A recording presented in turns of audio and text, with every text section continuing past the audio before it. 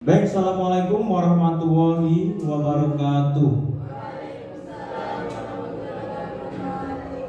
Alhamdulillahirrahmanirrahim. Puji syukur selalu kita panjatkan kehadirat Allah Subhanahu wa Ta'ala, yang mana pada pagi hari ini kita alhamdulillah berkumpul di ruangan tercinta di RI1 Besuki, di ruangan Labkom, dalam kegiatan diseminasi atau pengibasan berbagi praktik baik budaya positif. Alhamdulillah kita bisa hadir tanpa kekurangan satu apapun. Selanjutnya sholawat dan salam tak lupa kita haturkan ke junjungan Nabi besar Nabi Muhammad SAW, yang mana kita nantikan syafaatnya yaumil qiyamah. Amin amin ya rabbal alamin. Yang pertama, Bapak Ibu, saya mengucapkan banyak-banyak terima kasih atas kesempatan kehadirannya, meluangkan waktunya untuk membantu saya dalam melanjutkan program pendidikan guru penggerak angkatan 9 ya. Saya bacakan susunan acara pada kesempatan kali ini. Yang pertama, pembukaan, buka dengan pembacaan sholawat nariyah dipimpin oleh Bapak Wahdi Walidi. Kemudian selanjutnya arahan sambutan dari Ibu PLT Kepala Sekolah, Ibu Ari Sugiarsi SPD. Kemudian kegiatan inti kita berbagi praktik baik, diseminasi budaya positif. Baik, untuk lebih berkahnya semoga kita dapat ilmu yang bermanfaat.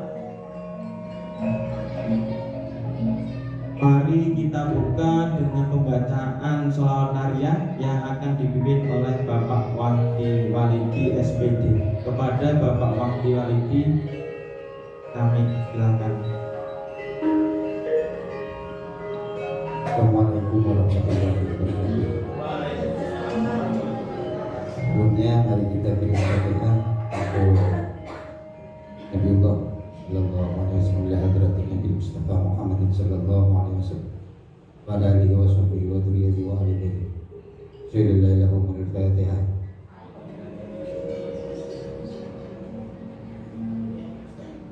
Dina siratal mustaqim siratal ladzina an'amta alaihim. Allah wa malaikatahu yusholluna 'alan nabi. Ya ayyuhalladzina amanu shollu 'alaihi wa sallimu taslima.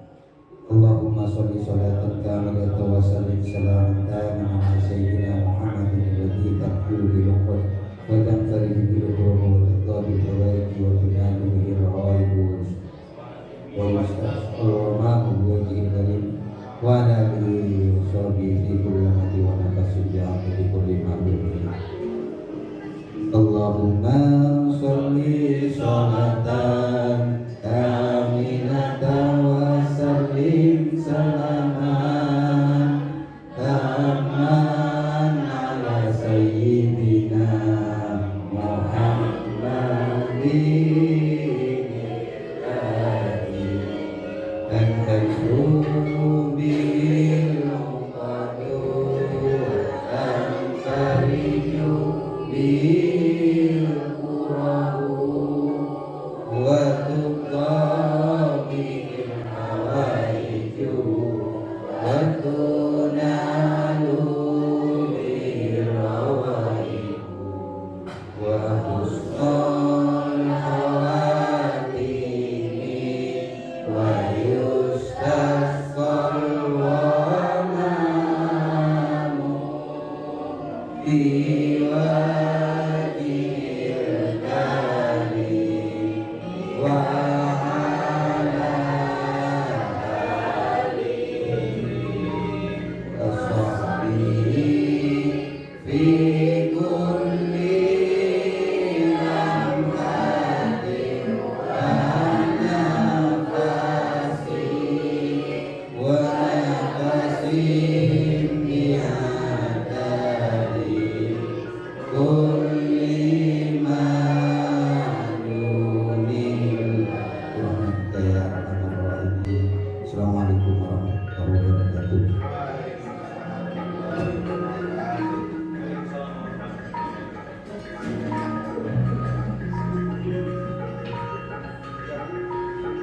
diucapkan terima kasih kepada Bapak Wali Walidi yang telah memimpin pembukaan kita dengan bacaan sholawat karya. Baik, kegiatan atau acara selanjutnya penyampaian arahan sambutan dari Ibu BLT Kepala Sekolah SDN 1 Besuki. Kemudian nanti selanjutnya dilanjutkan pemaparan materi dari saya, kemudian diskusi bersama dan diakhiri dengan penutup. Lupaan belum saya bacakan sampai kegiatan akhir. Baik, kepada Ibu Ari Sugiyarsi, waktu dan tempat, monggo Ibu Ari Sugiyarsi, saya persilakan.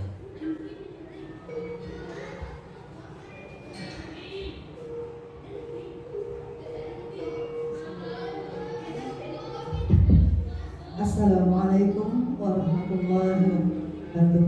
Waalaikumsalam warahmatullahi wabarakatuh. Bismillahirrahmanirrahim. Alhamdulillahirabbil alamin. Wassalatu wassalamu ala asyrofil anbiya'i wal mursalin wa ala alihi wa sahbihi ajma'in.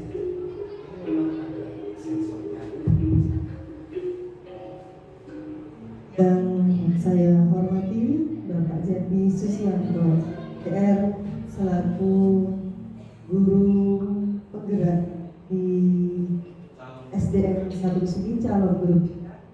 Insyaallah tak lama lagi akan menjadi guru penggerak. Dan saya banggakan seluruh dewan guru SD Negeri 1 Besuki, tidak semuanya, namun kali ini yang bisa hadir, saya ucapkan terima kasih banyak atas kehadirannya. Syukur alhamdulillah kita panjatkan kehadirat Allah Subhanahu wa taala. Hanya berkat rahmat serta hidayahnya semata kita bisa berada ini insyaallah dalam keadaan baik, tak kurang suatu apapun. Salawat dan salam tetap kita curah limpahkan kehadirat Nabi besar Sallallahu alaihi wasallam dengan mengucap Allahumma shalli sayyidina Muhammad wa ala ali sayyidina Muhammad. Bapak Ibu yang saya hormati, hari ini kita bersua di sini di dalam ruangan laboratorium komputer SDN 1 Besuki guna mengikuti berbagi praktik baik yang akan disampaikan oleh Bapak Jati Susianto, yakni mengenai diseminasi budaya positif. Harapan saya kita semua bisa mengikutinya. Semoga acara ini berlangsung lancar tanpa kendala apapun. Bapak Ibu yang saya hormati, kita adalah seorang pendidik, guru yang dalam hal ini adalah guru yang digugu dan ditiru. Maka kali ini kita akan menggugu dan meniru apa yang telah dilakukan oleh Pak Jati, sejauh mana beliau bisa sampai ke arah ini, apa yang beliau lakukan, bagaimana cara membagi waktunya sehingga bisa mencapai seperti ini. Dan saya terutama selaku pelaksana tugas kepala sekolah sangat bangga akan pencapaian beliau sampai saat ini Bapak Ibu. Dan harapan saya ini akan berimbas kepada seluruh rekan di SDN 1 Besuki. Baik, itu saja sambutan yang saya sampaikan. Kita ikuti bersama apa yang materi yang akan disampaikan oleh Pak Jati, sekaligus nanti diskusi. Bisa jadi apa yang beliau sampaikan ada yang menarik untuk kita diskusikan, ya. Kita sharing di sini, sifatnya sharing, bukan untuk mencari kesalahan, tidak, tapi sifatnya berbagi. Karena bisa jadi Bapak dan Ibu yang duduk di depan saya ini lebih tahu apa yang tidak kita ketahui. Itu saja. Wallahul muwaffiq ila aqwamit thoriq. Assalamualaikum warahmatullahi wabarakatuh. Waalaikumsalam warahmatullahi wabarakatuh. Ucapkan terima kasih kepada Ibu BLT Kepala Ibu Ari Sugiyarsi yang mana tadi sudah memberikan sambutan arahan kepada kita, terutama saya pribadi sekali lagi mengucapkan banyak terima kasih atas kesempatannya pada pagi hari ini sudah meluangkan waktunya berkumpul di kegiatan atau kesempatan kali ini. Baik, assalamualaikum warahmatullahi wabarakatuh. Waalaikumsalam warahmatullahi wabarakatuh. Biar tambah semangat, kita tepuk semangat dulu ya. Baik. Tepuk semangat.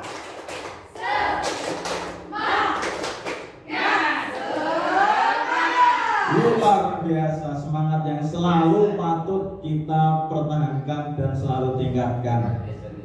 Baik, yang terhormat Ibu PLT Kepala Sekolah, Ibu Aris Sugersi, SPD. Yang terhormat Bapak Ibu Guru Dewan SDN 1 Besuki yang luar biasa, yang selalu saya nanti-nantikan ini masukan-masukannya, kolaborasinya. Saya hormati rekan-rekan PPL dari Universitas Abdurrahman Saleh yang pada kesempatan kali ini bisa menyempatkan waktunya menghadiri kegiatan ini ya. Baik, Bapak Ibu, nampaknya kita santai saja, kita sharing ini, untuk biar lebih memecah kebuntuan, biar fresh wajahnya. Monggo kita berdiri dulu. Kita akan ice breaking satu baris ini. Bapak Ibu lurus ke belakang. Pak Walid nampaknya di belakang. Oke. Jadi urut sini Bu. Nah, urut kereta, kita membentuk kereta ya. Nah, baik.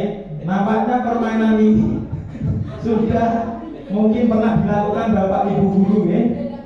Nah, jadi kita laksanakan supaya kita lebih enjoy. Kita harus kompak. Baik.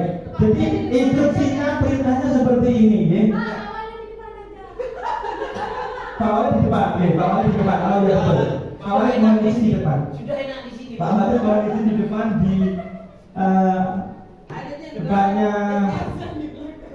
Bu Endang. Baik, kita akan melakukan speaking biar tambah seru dan semangat. Jadi perintahnya seperti ini, pegang punggung depannya. Nah, kita nyanyi saja. Ya, mungkin sering kita laksanakan. Jadi nanti saya akan menyanyi dan diikuti semua, dilanjutkan dengan gerakan sesuai dengan arahan yang saya berikan. Baik, lagunya yang mungkin sudah familiar di media sosial, ya jadi hujan rintik-rintik, hujan rintik-rintik, hujan rintik-rintik. Gerakannya Bapak Ibu gini, kan rintik-rintik masih seluruh punggungnya ya. Hujan bisa. Nah, ya, rintik-rintik ya. Setelah itu nanti gini Bapak Ibu, hujan-hujan badai, ulangi, hujan-hujan batu dulu Bapak Ibu. Hujan-hujan batu, hujan-hujan batu, hujan-hujan batu. Nah, setelah hujan batu kemudian petir menyambar. Jadi tangannya Bapak Ibu di samping. Samping. Nah, siap ya? Petir menyambar, petir menyambar, petir menyambar. Pegang pundaknya. Hujan-hujan badai, hujan-hujan badai, hujan-hujan badai. Bisa ya? Kita ulangi, kita ulangi. Oke, siap. Baik, Pak Jin. Di belakangnya Pak Walid.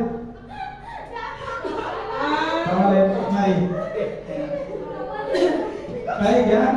Kita ulangi ya. Kalau tadi contohnya, sekarang kita akan ulangi dan kita nyanyi bersama. Nanti gantian kita berbareng. Siap ya?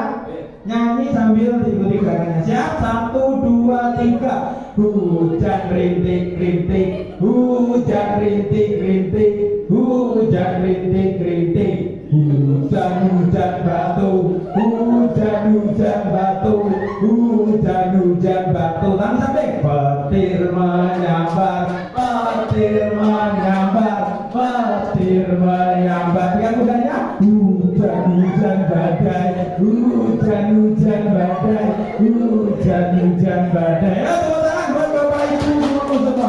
Luar biasa. Cukup ya, satu kali saja. Baik, Bapak Ibu guru, beserta diseminasi atau pengimbasan berbagai praktik baik. Perlu saya sampaikan bahwa kegiatan ini kita sharing, ya. Mohon izin, bukan karena saya mungkin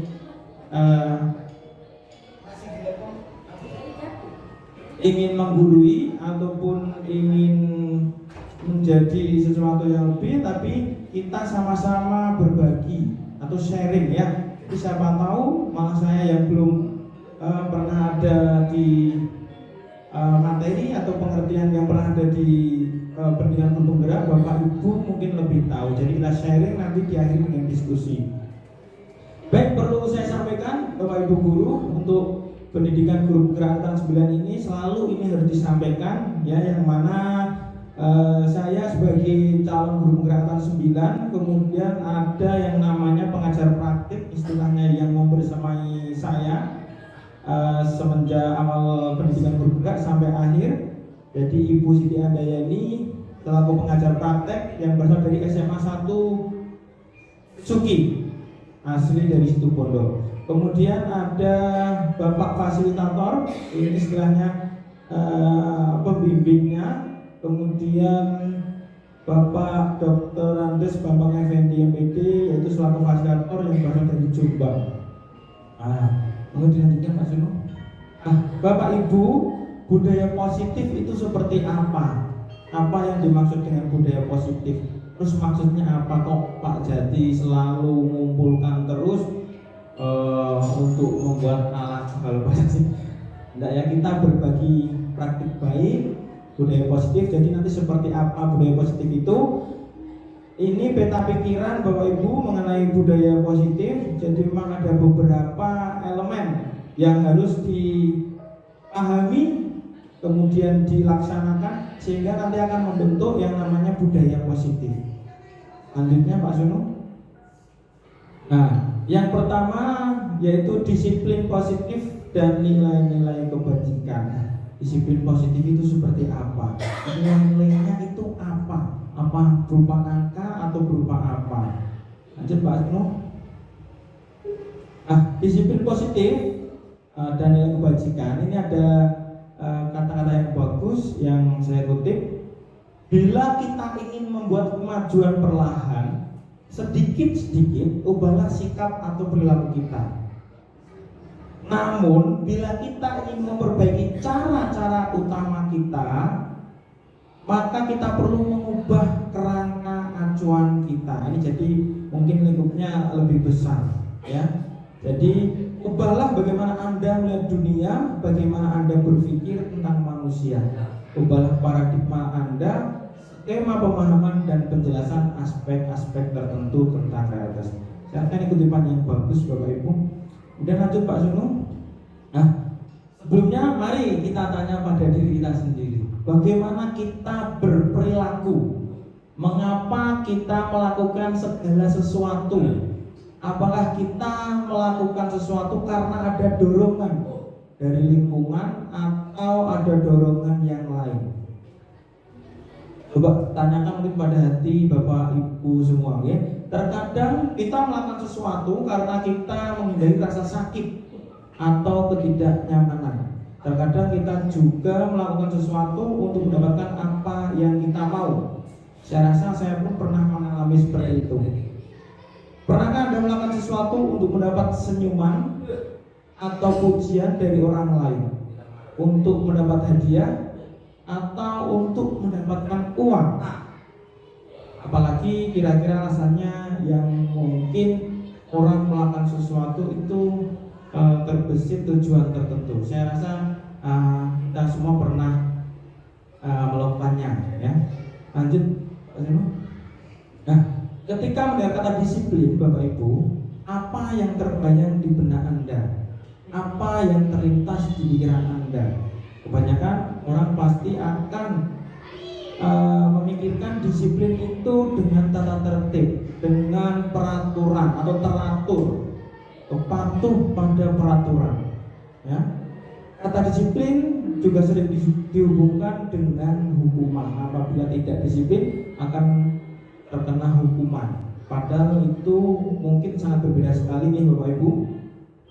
Karena belajar tentang disiplin positif tidak harus memberi hukuman. Karena hukuman itu sebetulnya harus dihindari pada saat sekarang ini. Bapak Ibu, satu kutipan dari Ki Hajar Dewantara tentang filosofi pendidikan bahwa kita harus mendidik anak pada zamannya atau eranya.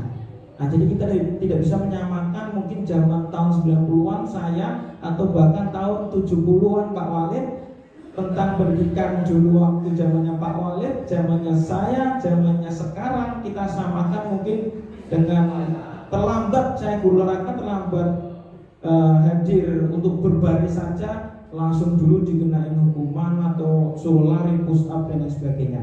Maka dari itu mungkin sedikit-sedikit kita akan berubah karena anak zaman sekarang memang lain. Tidak sama halnya dengan seperti tahun 70 waktu kelahirannya Pak Walid dulu waktu pendidikan guru sekolahnya. Ya, jadi untuk itu kita harus mencoba. Nah, untuk zaman sekarang memang harus menghindari sebuah hukuman. Nah, nanti seperti apa?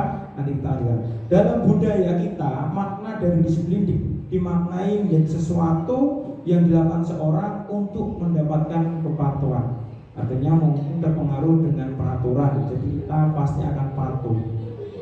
Ya, Bapak Ibu, ini adalah kutipan dari Ki Hajar Dewantara dalam bukunya Pemikiran Konsepsi Keteladanan Sikap Merdeka, cetakan kelima 2013 halaman 1470, menyatakan bahwa di mana ada kemerdekaan, disitulah harus ada disiplin yang kuat. Nah, disiplin itu bersifatnya self disiplin, ya. Kalau nggak salah mohon dikoreksi bahasa Inggris yang belepotan Bu Feni, ya. Yaitu kita sendiri yang mewajibkan kita dengan sekeras-kerasnya. Tapi itu sama aja. Sebab jikalau kita tidak cakap melakukan self disiplin, wajiblah penguasa lain mendisiplinkan kita. Dan peraturan demikian itu harus ada di dalam suasana yang merdeka. Mungkin seperti ini Bapak Ibu. Jika ingin membuat murid itu murid yang merdeka secara lahir batin, ya, kita harus mencoba untuk menerapkan sikap perilaku disiplin dari dalam murid tersebut terlebih dahulu, bukan karena peraturan, bukan karena faktor eksternal, ya. Jadi itu yang menjadi tujuan dalam pendidikan sekarang ini. Lanjut. Bahwa Ki Hajar Dewantara menyatakan mencapai kemerdekaan dalam konteks pendidikan saat ini adalah menciptakan murid yang merdeka. Itu sebagai syarat utama. Syaratnya harus ada disiplin yang kuat. Nah, disiplin yang dimaksud tadi disiplin diri yang memiliki motivasi internal dari dalam.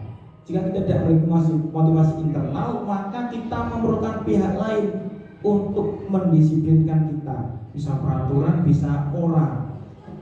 Nah, itu termasuk di dalam motivasi eksternal karena berasal dari luar, bukan dari dalam diri kita.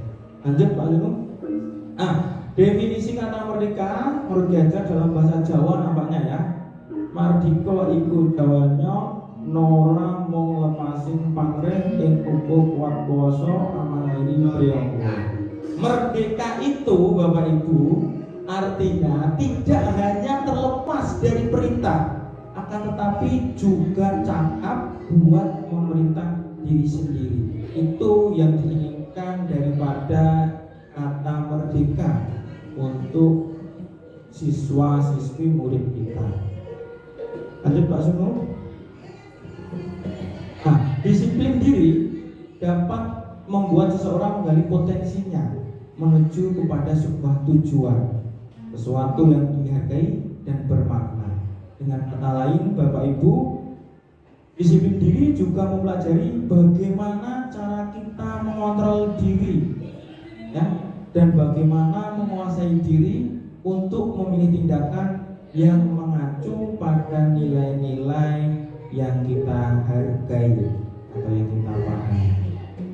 Nah Bapak Ibu, dengan kata lain seseorang yang memiliki disiplin diri berarti mereka bisa bertanggung jawab terhadap apa yang dilakukan.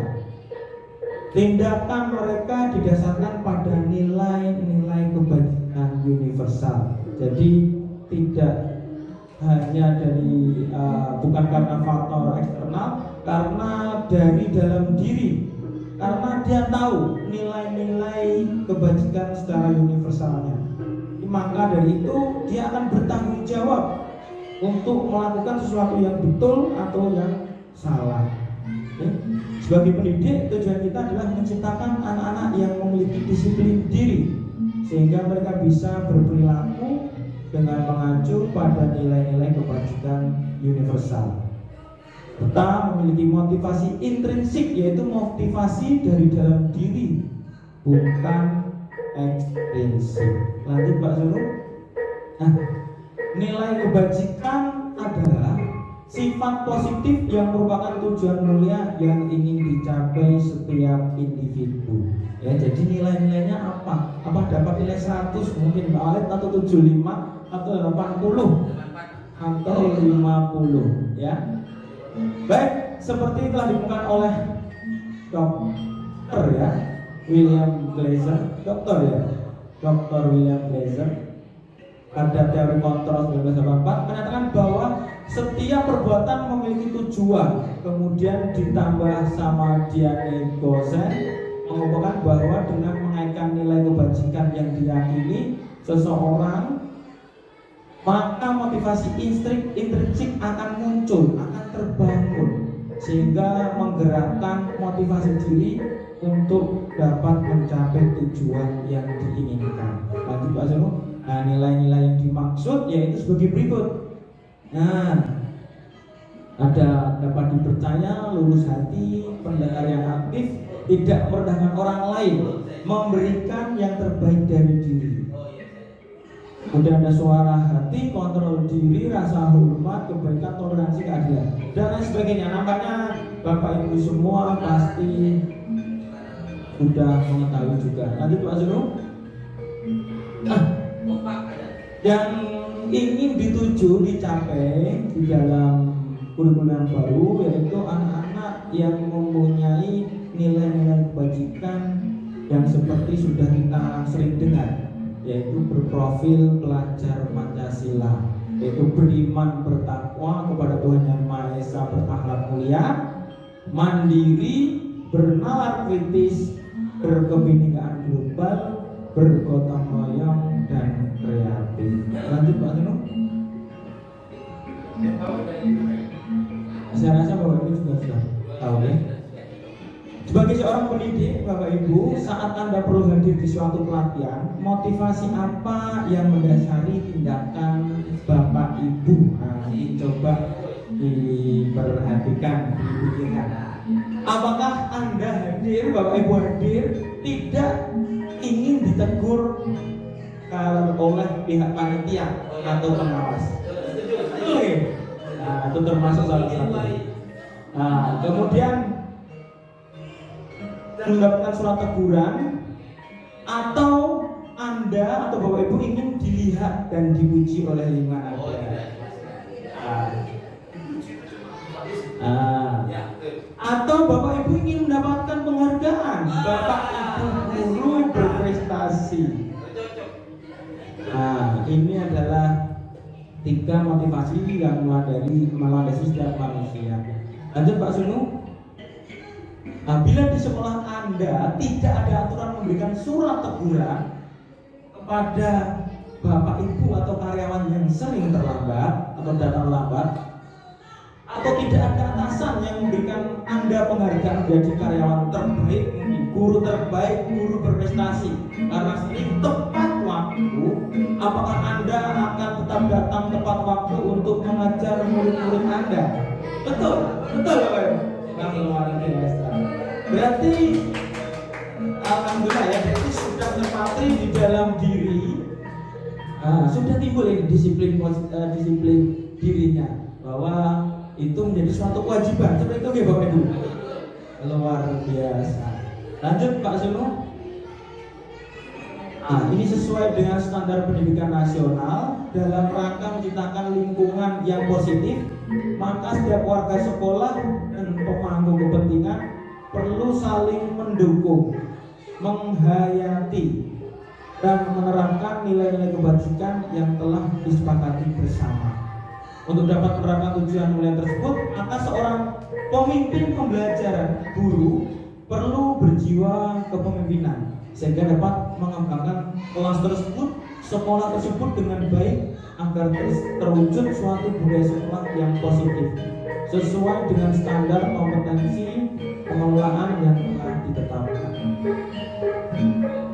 Tujuan mulia dari penerapan disiplin positif adalah agar terbentuk murid-murid yang berkarakter, berdisiplin, santun, jujur, peduli, bertanggung jawab, dan merupakan pembelajar sepanjang hayat sesuai dengan standar kompetensi lulusan yang diharapkan. Jadi seperti itu. Lanjut Pak Suno. Jadi kira-kira Bapak Ibu mengenai disiplin positif sudah ada pandangan nggih? Bisa ya, bisa dipahami ya. Mungkin secara garis besar seperti ini Bapak Ibu. Disiplin positif bagaimana kita bisa menciptakan atau menimbulkan motivasi diri, motivasi intrinsik dalam diri kita untuk mencapai tujuan tertentu tanpa harus ada motivasi dari eksternal. Ya, jadi Bapak Ibu nampaknya tadi dengan adanya pertanyaan, saya rasa Bapak Ibu sudah melaksanakan itu. Berarti sudah ada disiplin diri yang luar biasa dari Bapak Ibu. Berangkat tepat waktu, luar biasa. Berangkat tepat waktu, mengajar tepat waktu di kelas. Baik, ada yang ditanyakan? Lanjut dulu, guys. Oke, monggo.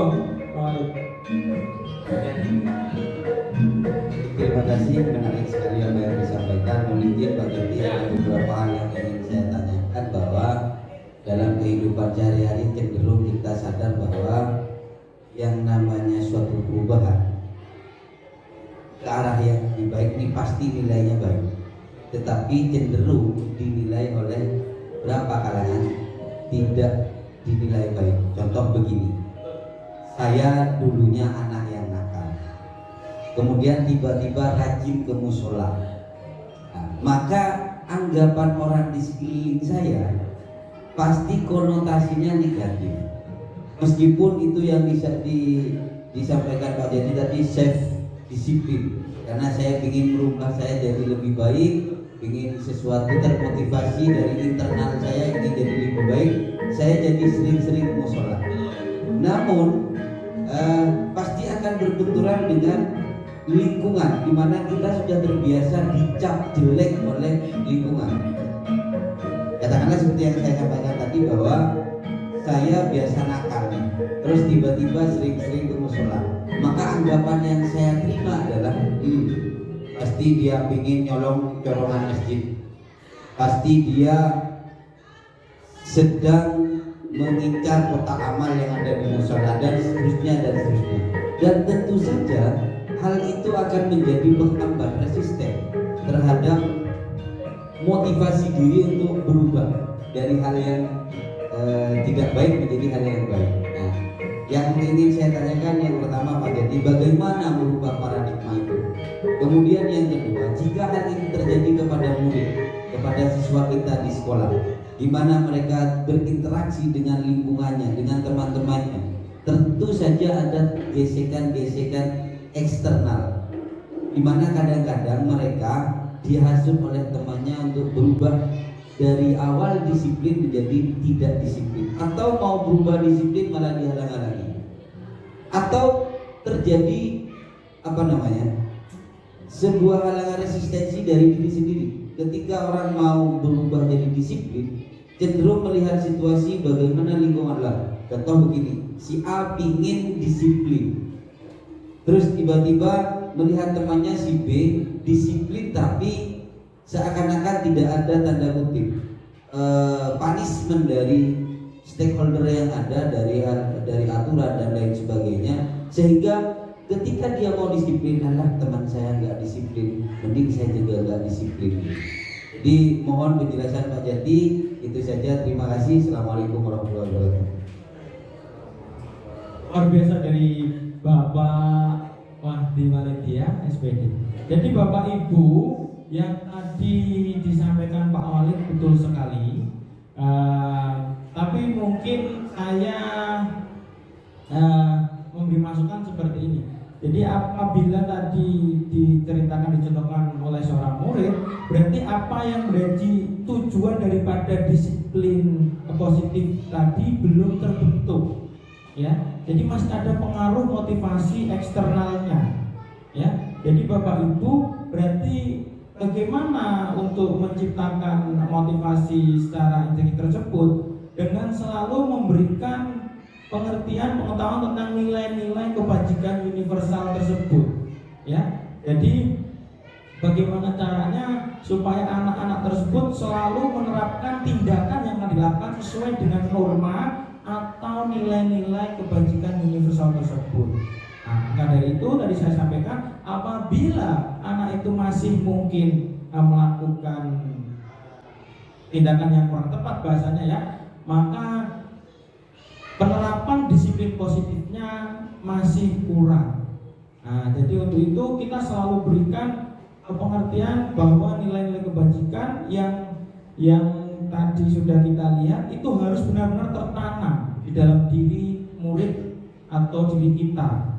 Nah, sehingga pada saat sudah itu melekat, saya rasa contoh pada saat tadi mungkin kita ke musola, kita ingin rajin, ada anak yang main-main, ada anak kecil kan seperti itu. Kemudian akhirnya karena tertarik, kita mau menuju ke musola, akhirnya belok. Nah, itu berarti nilai daripada kebajikannya mungkin tanggung jawab akan bahasanya mungkin sholat 5 waktunya itu masih kurang. Nah, jadi itu yang perlu selalu ditanamkan kepada anak tersebut. Bagaimana dengan pengaruh atau cibiran bahasanya, bahasanya cibiran daripada masyarakat yang melihat kita bahwa kita ini sudah dijudge atau mungkin bahasa seperti itu, atau sudah dihakimi malah, ya, dihakimi bahwasanya tumben-tumbennya ini kok bisa-bisanya Bapak Wahdi Walidi ya sering ke musola, sekarang jarang ke musola, kan seperti itu. Apa yang dilakukan? Sama halnya tadi Bapak Ibu. Jadi pengaruh-pengaruh motivasi ekstrinsik itu masih kuat melekat di dalam kita. Iya, dalam diri kita dulu. Jadi untuk itu mungkin saya pun sama. Saya pengaruh dari luar selalu memasuki pikiran saya.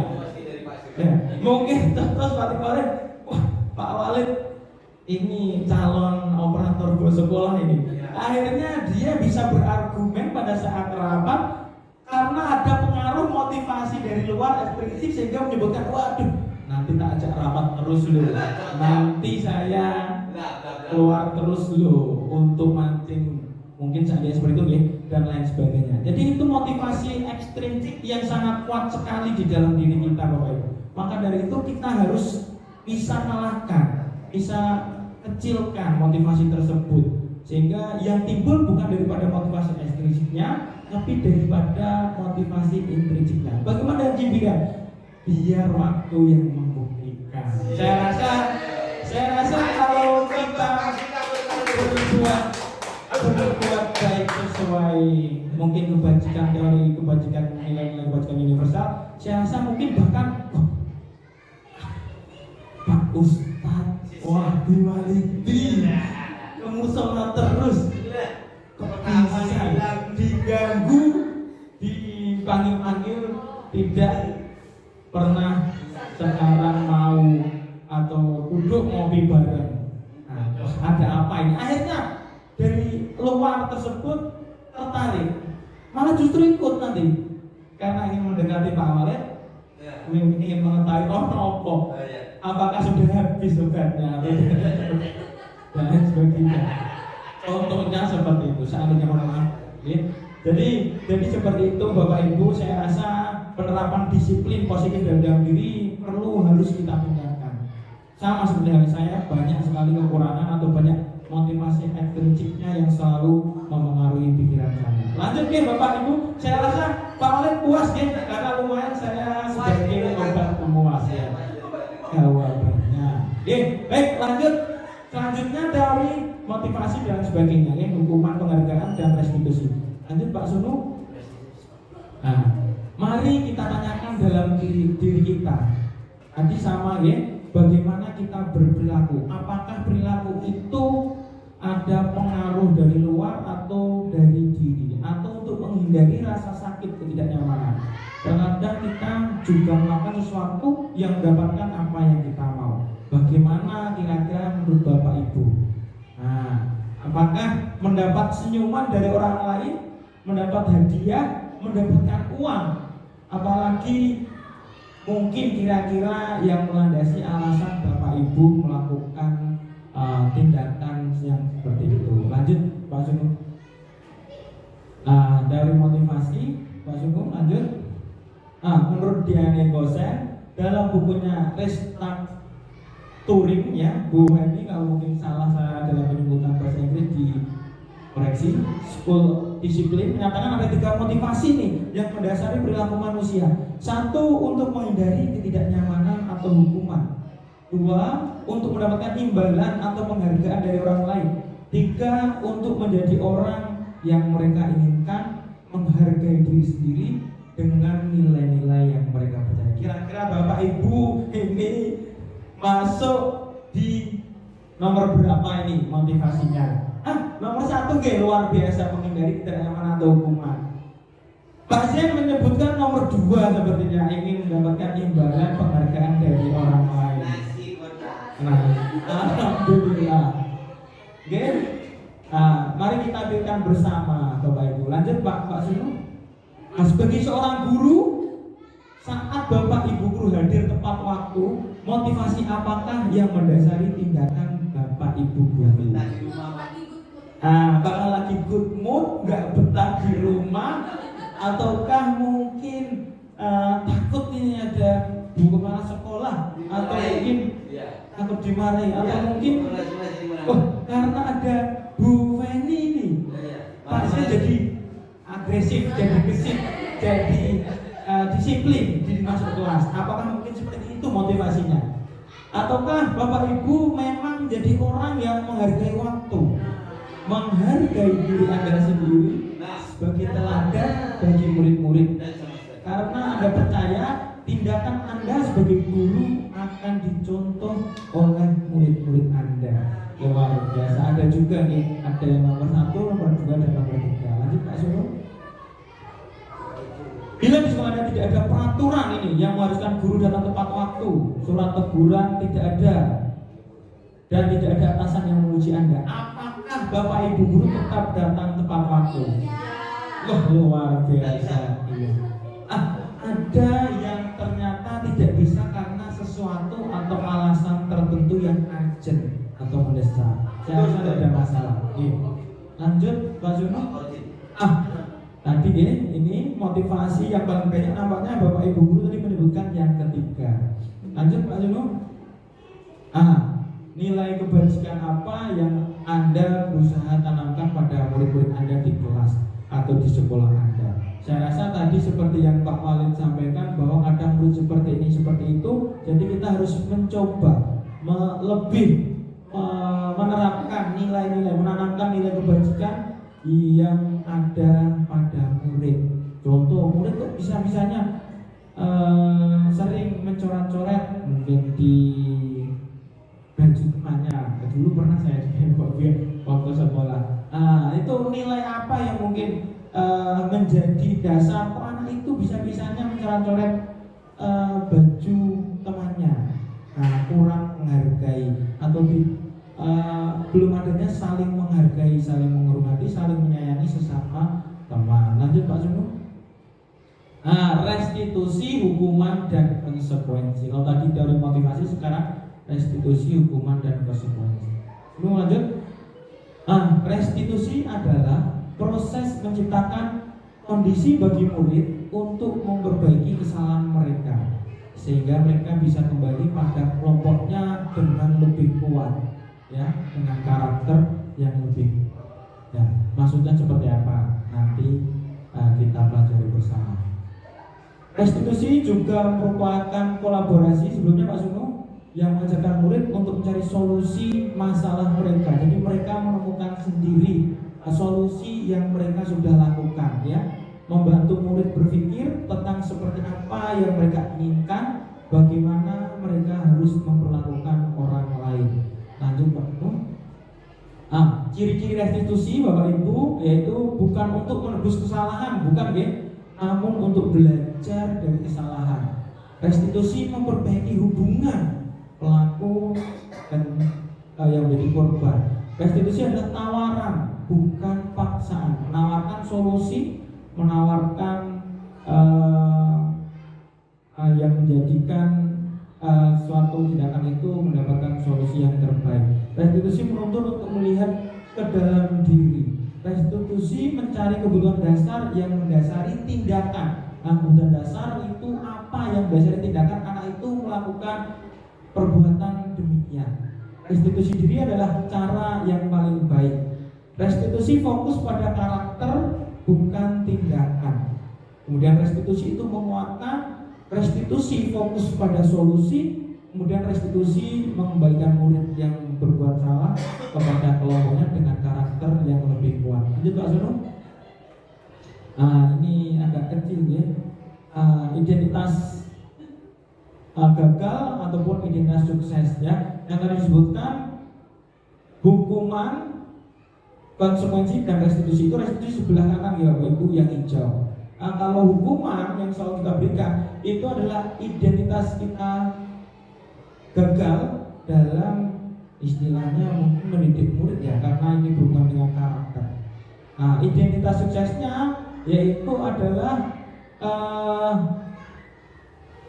konsekuensi yang sudah disepakati dan restitusi tadi yang menjadi pilihan ya.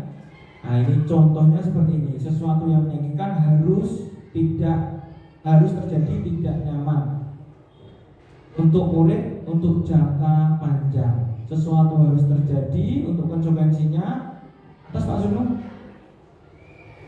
Atas sedikit restitusi merupakan pilihan. Jadi ada solusi yang diberikan. Yang menjadi kolom 3, kalau di dalam hukuman korban mendapatkan keadilan tapi murid akan tersakiti ya. Kalau di dalam hukuman ini tak hukum, ngapain kamu? Wah, nakalin itu Pak Carok. Korbannya mendapat keadilan tapi pelakunya akan tersakiti. Secara tidak langsung seperti itu Bapak Ibu. Untuk konsekuensinya korban bisa diabaikan. Kemudian untuk restitusi korban mendapat ganti. Ini penerapan ciri daripada hukuman, konsekuensi, dan restitusi. Lanjut next selanjutnya Pak Suno. Ada teksnya. Kalau slide selanjutnya nih. Bapak Ibu, kita bisa menyimpulkan bahwa hukuman bersifat tidak terencana dan tiba-tiba. Anak atau murid tidak tahu apa yang terjadi dan tidak dilibatkan. Hukuman bersifat satu arah dari pihak guru yang memberikan dan murid hanya menerima tanpa melalui suatu kesepakatan atau pengarahan dari pihak guru baik sebelum sesudah. Hukuman yang diberikan biasanya berupa fisik maupun psikis. Murid merasa tersakiti, disakiti oleh suatu perbuatan atau kata-kata. Ini secara tidak langsung kita sering menerapkan hukuman ini ya. Lanjut Pak Sunu. Sementara disiplin dalam bentuk konsekuensi, kalau tadi ada hukuman, ini konsekuensi, yaitu sudah terencana karena sesuai dengan kesepakatan yang sudah disepakati. Artinya bagaimana kalau seandainya terlambat mengerjakan tugas, ada konsekuensinya apa dan lain sebagainya ya. Sudah dibahas dan disetujui oleh murid dan guru. Umumnya bentuk-bentuk konsekuensi dibuat oleh pihak guru dan murid sudah mengetahuinya. Pada saat mungkin di kelas Pak Walid ini kemudian menyampaikan, anak-anak kalau seandainya pada saat pemberian tugas ada yang terlambat, konsekuensinya mungkin menyalin 2 kali. Nah seperti itu. Berarti murid dilibatkan konsekuensi. Kalau di hukuman enggak, ya murid langsung di judge atau dihukum pada saat itu juga. Ya. Saya rasa konsekuensi murid tetap dibuat tidak nyaman untuk jangka waktu pendek. Ini ada kekurangannya. Konsekuensinya biasanya diberikan berdasarkan suatu data yang umumnya dapat diukur seperti tadi. Terlambat tugas mengumpulkan suatu hari ini harus menyalin 2 kali dan lain sebagainya. Ya ada berupa angka atau diukur, dapat diukur. Nah, kemudian selanjutnya lanjut Pak Sunu. Nah, ini mengenai penghargaan. Lanjut Pak Sunu. Nah, saat kita berulang kali menjanjikan hadiah kepada anak-anak agar berperilaku bertanggung jawab, atau kepada murid agar mempelajari sesuatu yang baru, atau kepada seorang karyawan ini Bapak Ibu, nah, maka kita itu sebetulnya sedang berasumsi mereka tidak dapat melakukannya, atau mereka tidak akan memilih untuk melakukannya, karena kita tahu bahwa disiplin positif dalam dirinya tidak terbentuk atau belum ada, maka motivasi eksternal yang dipakai. Jadi secara tidak langsung anak itu sebetulnya tidak dapat melakukannya, sehingga harus butuh motivasi eksternal untuk menstimulus anak itu melakukan tindakan tersebut. Nah, menurut Al-Fikon ya, baik penghargaan maupun hukuman adalah cara-cara mengontrol perilaku seseorang yang menghancurkan potensi untuk pembelajaran sesungguhnya. Nah, menurut Kon, secara ideal tindakan belajar itu sendiri adalah penghargaan yang sesungguhnya. Jadi tidak harus berupa hadiah dan lain sebagainya ya Bapak Ibu ya. Ini beberapa pernyataan dari penguatan yang sudah dilakukan Kon, diantaranya pengaruh penghargaan mempunyai pengaruh jangka pendek dan jangka panjang. Ini ya, penghargaan jika kita menginginkan seorang melakukan yang kita inginkan dalam jangka pendek, tapi jangka jauhnya tidak ada. Setelah apa yang jadi stimulus motivasi eksternalnya, hadiah tersebut hilang, ya sudah hilang. Ada penghargaan, ya udah nggak dilakukan. Asal masih ada penghargaan, itu akan dilakukan. Bagus untuk jangka pendek, tapi tidak bagus untuk jangka panjangnya. Nah, jadi akhirnya kita akan menggunakan itu terus, menggunakan penghargaan hadiah. Ayo baris yang bagus anak-anak, yang barisnya bagus nanti dapat hadiah dari buku bapakku. Pada saat baris ada motivasi eksternal seperti itu, penghargaan bentuknya atau hadiah, maka anak itu akan melakukan. Tapi pada saat mungkin bapak ibu tidak masuk, sakit, digantikan guru yang lain, ayo baris anak-anak, wah rame. Bapak ibu guru yang menggantikan tidak tahu, tidak diberitahu bahwa ada hadiah atau penghargaan pada saat suruh baris yang rapi. Nah itu bedanya ya, di hadiah pada pengaruh jangka pendek dan jangka panjang. Lanjut Pak Sunu. Nah, penghargaan juga tidak efektif karena suatu benda atau peristiwa yang diinginkan yang dibuat dengan persyaratan hanya jika Anda melakukan hal ini, maka Anda akan mendapatkan penghargaan. Ya jika tidak ada penghargaan, Anda tidak akan melakukan. Lanjut Pak Sunu.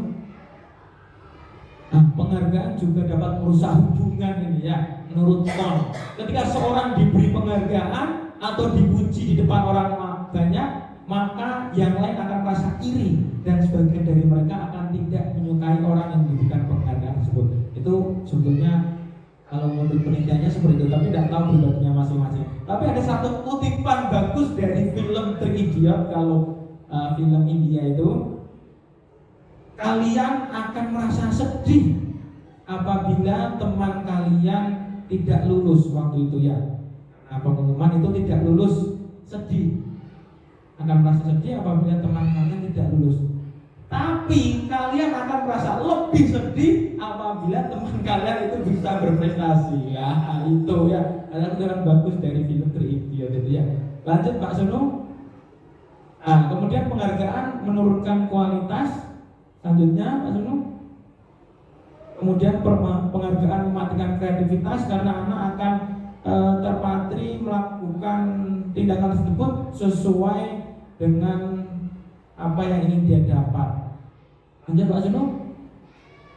Nah, penghargaan juga menghukum mereka yang tidak mendapatkan penghargaan, misalnya dalam sistem ranking, mereka yang dapat ranking kedua akan merasa paling dihukum. Mungkin secara perasaan merasa aduh kok aku nomor 2 ya, gimana ya kan gitu. itu sepertinya mungkin ya.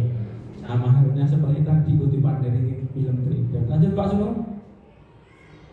Motivasi dari dalam diri ini yang terakhir menurut Kon, saat seorang anak belajar untuk pertama kali menggabungkan huruf-huruf dan kata-kata serta menyadari bahwa ia dapat membaca timbul pijar di matanya dan sebuah senyuman di wajahnya, anak tersebut begitu gembira. Wah, mesti kalau anak kecil itu kalau sudah bisa baca laporan orang tuanya atau bisa menulis, Pak, buku ini bisa nulis nama ini, Pak, Bu sudah bisa baca ini, dengarkan Bapak Ibu. Nah, biasanya seperti itu. Wah, itu salah satu penghargaan yang luar biasa ya daripada pembelajaran tersebut. Jika kita memberikan penghargaan kepada seorang anak pada saat dia sedang merasa bangga dalam menyampaikan diri, maka kita akan mengambil kegembiraan yang saat itu sedang dirasakan secara alamiah. Jadi seperti itu ya. Lanjut Pak Sunu. Kemudian yang ketiga adalah keyakinan kelas. Tapi sebelumnya berdiri dulu Bapak Ibu, biar kita tambah semangat, biar tambah on fire. Kita laksanakan ice breathing dulu ya. Jadi kita lagu anak-anak sudah Bapak Ibu sering tahu. Jadi kalau satu tangan kanan ke atas. Nah kalau ditambah berarti membentuk huruf plus ya. Kalau sama dengan seperti ini ya. Dua tangannya diangkat. Nanti saya yang nyanyi ya. Kemudian kalau empat ini ya sama kaki apa ruku ini namanya ya. Ya, tiga ada kan lagunya satu tambah satu. Kemudian kalau 8 jangan lupa. Kalau satu lagi 16 atau puluhan meloncat dengan 6-nya betul. Baik, yuk kita laksanakan bersama-sama. Pak Oleh menghadap ke sana dong. Iya. Baik. Lagunya saya yang akan bernyanyi. Baik ya. Lagunya 1 ditambah 1 sama dengan 2. 2 ditambah 2 sama dengan 4. 4 ditambah 4 sama dengan 8. 8 ditambah 8 sama dengan 16. Oke, tepuk tangan buat Bapak Ibu guru hebat semua. Baik, lanjut untuk keyakinan kelas ya. Karena kita percepat keyakinan kelas. Ini Bapak Ibu, mengapa keyakinan kelas? Mengapa tidak peraturan kelas saja?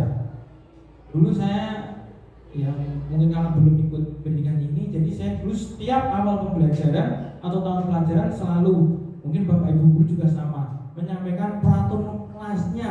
Di pelajaran PJOK itu seperti ini nak, 15 menit Pak Jadi tunggu di lapangan sudah ganti baju berbaris yang rapi.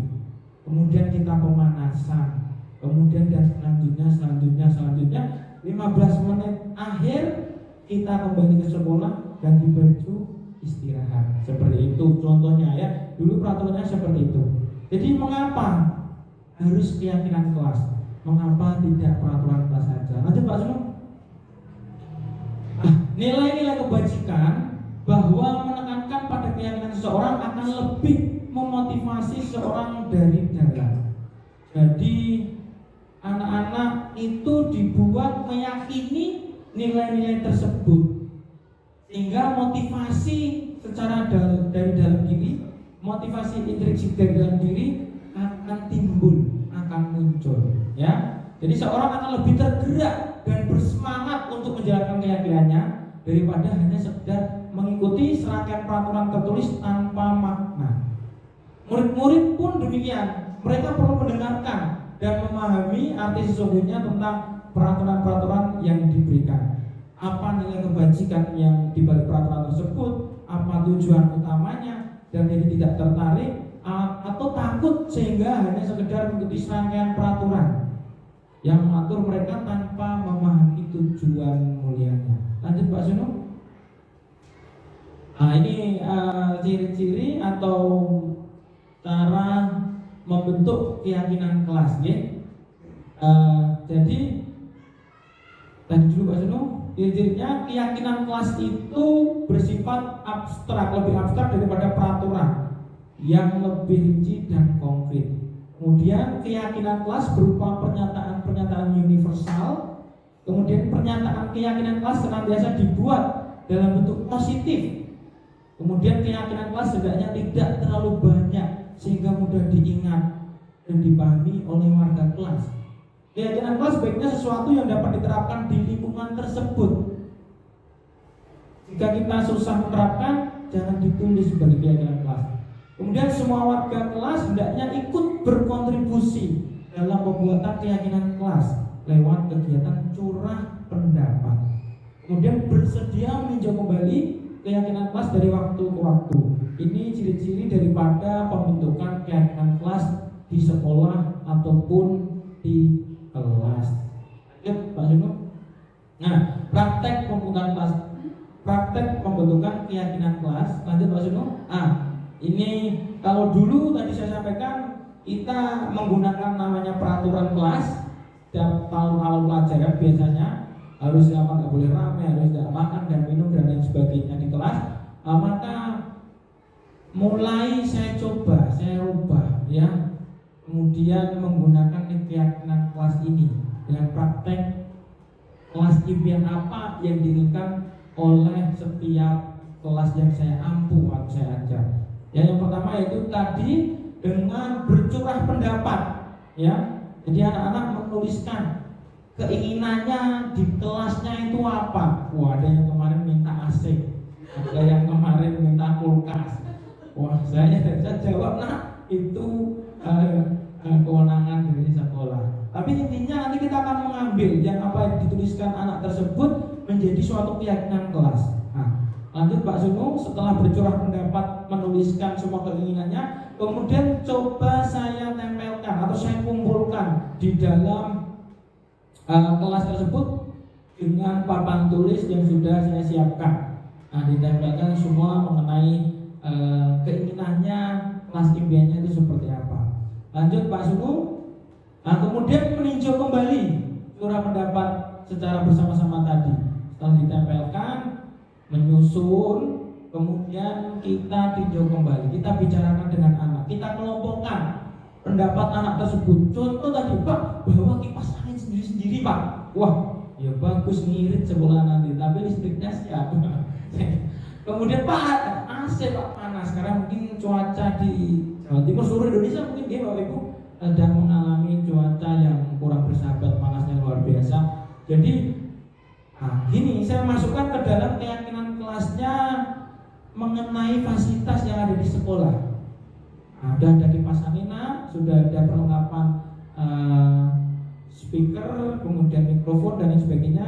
Jadi untuk itu keyakinan kelasnya bagaimana kalau kita menjaga fasilitas yang ada di kelas ataupun di sekolah. Jadi seperti itu Bapak Ibu, ya. Kemudian ada lagi mungkin yang Pak, apa namanya? Tidak boleh membuli Pak, tidak boleh ejek-ejekan orang tua Pak. Nah, kita saring, kita rangkum karena ada yang hampir sama pilihannya. Nah, kita jadikan satu, kemudian kita bentuk kalimatnya yang tadi negatif. Pak, tidak boleh mengejek nama orang tua Pak, tidak boleh membuli.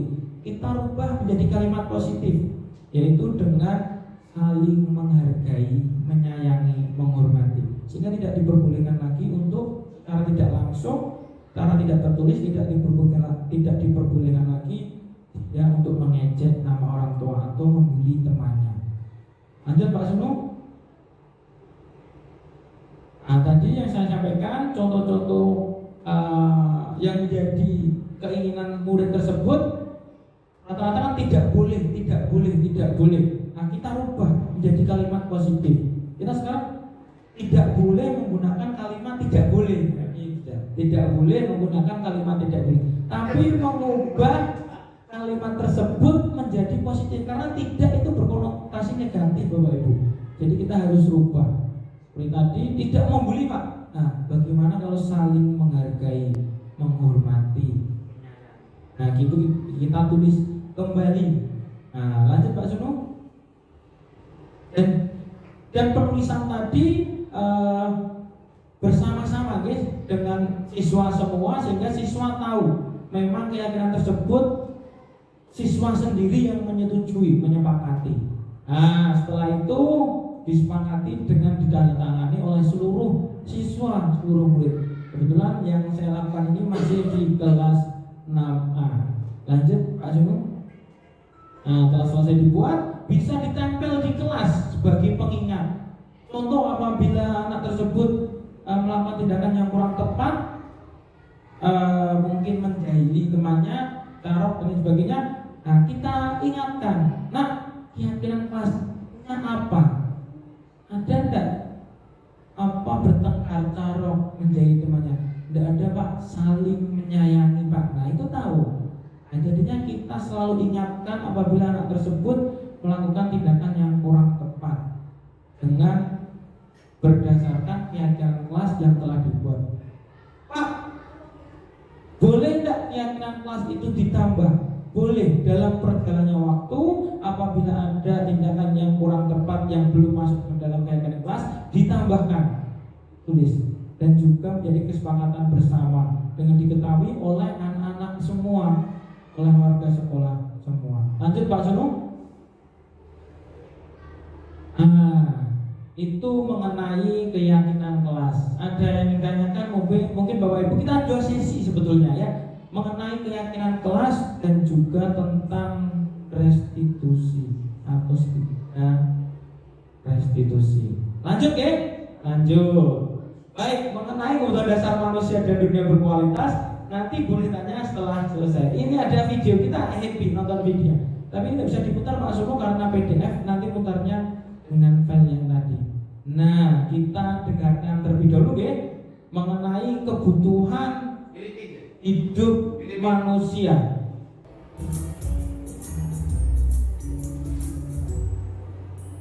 Salam dan bahagia Ibu dan Bapak guru hebat. Untuk membangun budaya sekolah yang positif dengan lingkungan yang aman dan mendukung murid untuk menjadi pribadi yang berdaya, seimbang, dan bahagia, salah satu upaya yang dapat dilakukan oleh guru adalah memahami kebutuhan dasar yang mendasari perilaku murid. Pada video kali ini, kita akan membahas tentang 5 kebutuhan dasar manusia.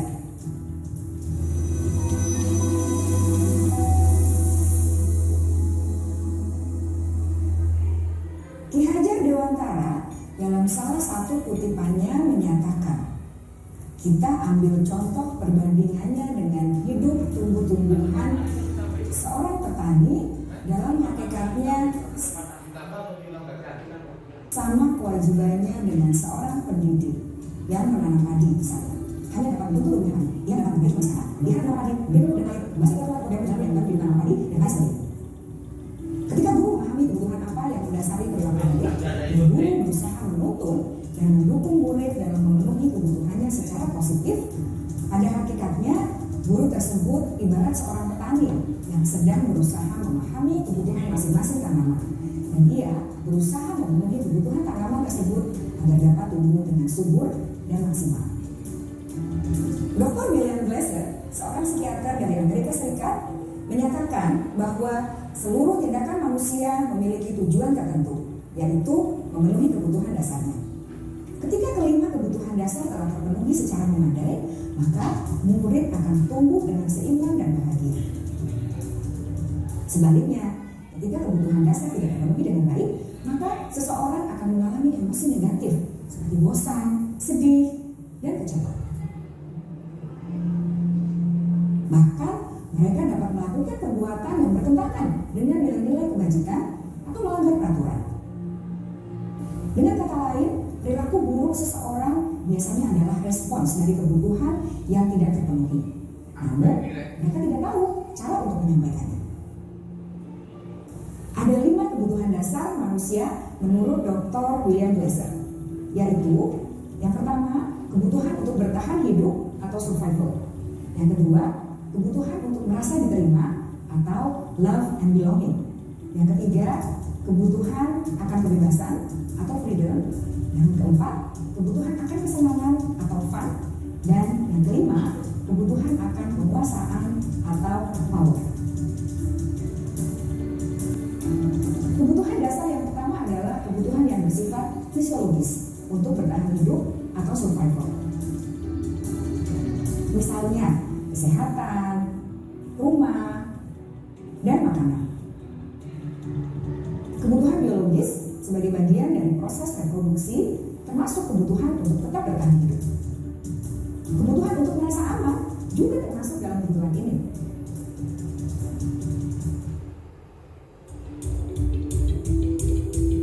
Agar murid dapat belajar dengan baik, kebutuhan mereka akan merasa aman, pangan, sandang, dan papan harus terpenuhi. Bagaimana mungkin mereka dapat belajar dengan baik bila mereka datang ke sekolah dengan perut yang lapar atau bila rumah mereka kebanjiran? Setelah kita mengetahui kebutuhan pertama yang sebagian besar bersifat fisiologis, mari kita lihat kebutuhan kedua sampai kelima yang semuanya berhubungan dengan psikologis. Mari kita lihat kebutuhan yang kedua, yaitu kebutuhan akan perasaan diterima oleh kelompok atau komunitasnya, atau kebutuhan love and belonging. Kebutuhan ini meliputi keinginan untuk tetap terhubung dengan orang lain seperti teman, keluarga, teman kerja, dan kelompok di mana kita tergabung. Setiap murid ingin menjadi bagian yang berharga dari kelas dan juga sekolah. Mereka juga ingin diterima oleh orang lain dan kelompoknya. Bahkan murid yang terlihat paling cuek pun jauh di dasar hatinya pasti ingin merasa diterima. Sebagai guru, seharusnya kita dapat menerima murid kita apa adanya, sesuai dengan bakatnya. Karena setiap murid adalah unik, mereka memiliki kekuatannya masing-masing, sehingga guru seharusnya bisa menciptakan kesempatan untuk murid berkolaborasi dan memiliki ikatan emosi satu sama lain. Murid-murid yang memiliki kebutuhan yang besar untuk merasa diterima, biasanya mereka belajar karena suka pada gurunya, dan mereka juga suka bekerja dalam kelompok. Kebutuhan yang ketiga adalah kebutuhan akan kebebasan atau kebutuhan membuat pilihan. Murid harus diberi kesempatan untuk membuat pilihan dan bertanggung jawab atas pilihan yang mereka telah ambil. Memberi mereka kebebasan bukan berarti membiarkan mereka melakukan apa saja yang mereka mau, melainkan lebih memberi mereka kesempatan untuk membuat pilihan, menyuarakan pendapat mereka dengan percaya diri, dan memberi mereka kesempatan untuk mencoba hal-hal yang baru. Pembelajaran dengan metode yang beragam dan menarik juga akan memenuhi kebutuhan murid tentang kebebasan ini. Pembelajaran berdiferensiasi, di mana guru menyediakan beberapa jenis tugas yang bisa dipilih oleh murid sesuai dengan mereka, sangat baik untuk mengembangkan murid menjadi lebih mandiri dan memiliki motivasi internal. Karena kebutuhan akan kebebasan pada dasarnya adalah kebutuhan untuk mandiri, memiliki otonomi, memiliki pilihan, dan mampu mengendalikan arah hidupnya sendiri. Kebutuhan yang keempat adalah kebutuhan akan kesenangan. Bayangkan Bapak Ibu, hidup tanpa rasa senang, entah kamu menjadi gimana. Grasa menghubungkan kebutuhan akan kesenangan dengan belajar. Jangan sepelekan kebutuhan murid untuk merasa senang di kelas. Sebagai guru, jangan ragu-ragu untuk dengan sengaja memasukkan kegiatan yang menyenangkan dalam kelas. Murid-murid dengan kebutuhan dasar kesenangan yang tinggi ingin menikmati apa yang mereka lakukan. Mereka juga konsentrasi tinggi saat mengerjakan hal-hal yang disenangi.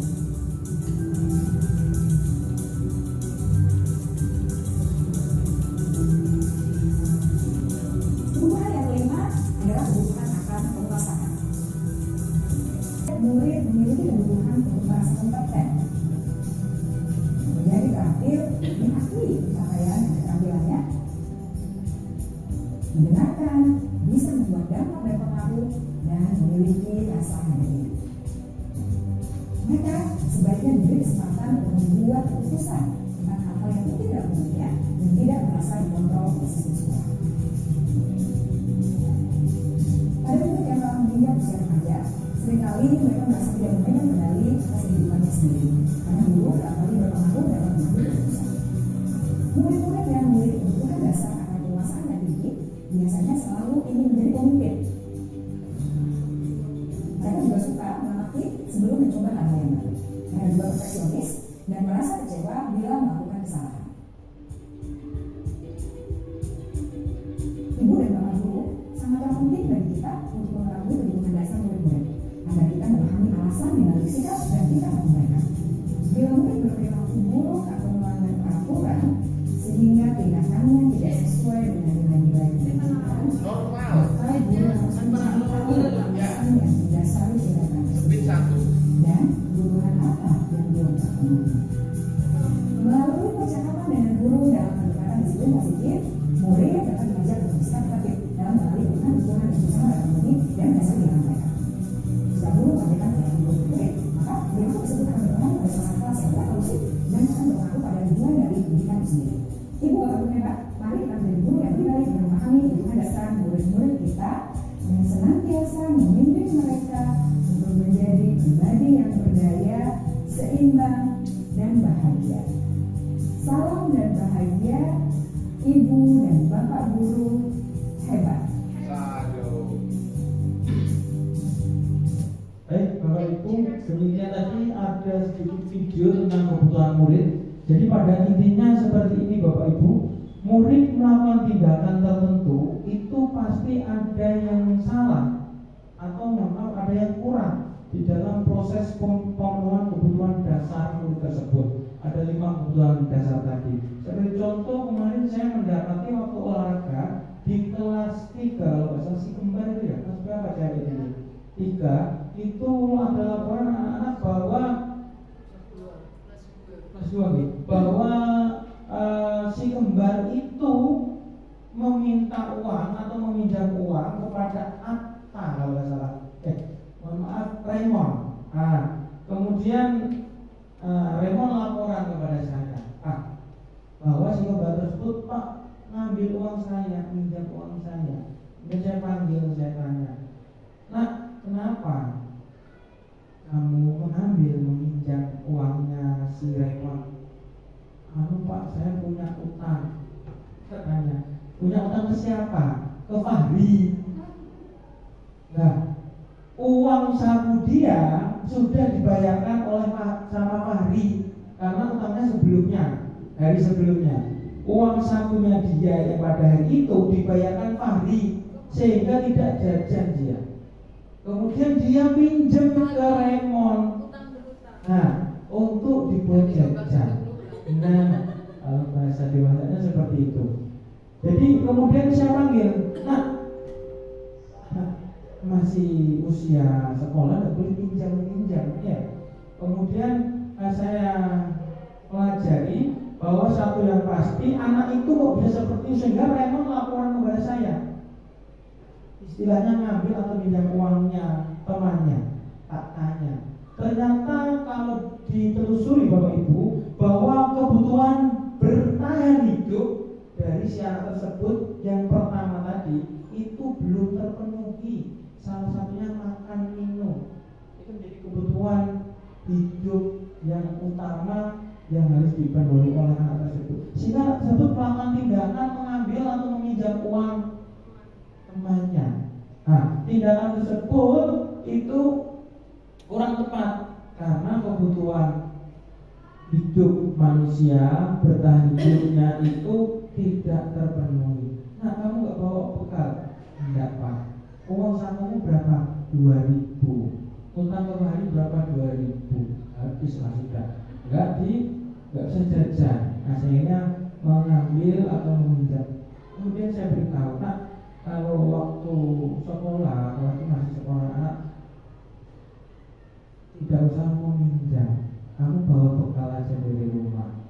Kalau memang uang sakunya sedikit, karena katanya dikasih mbahnya.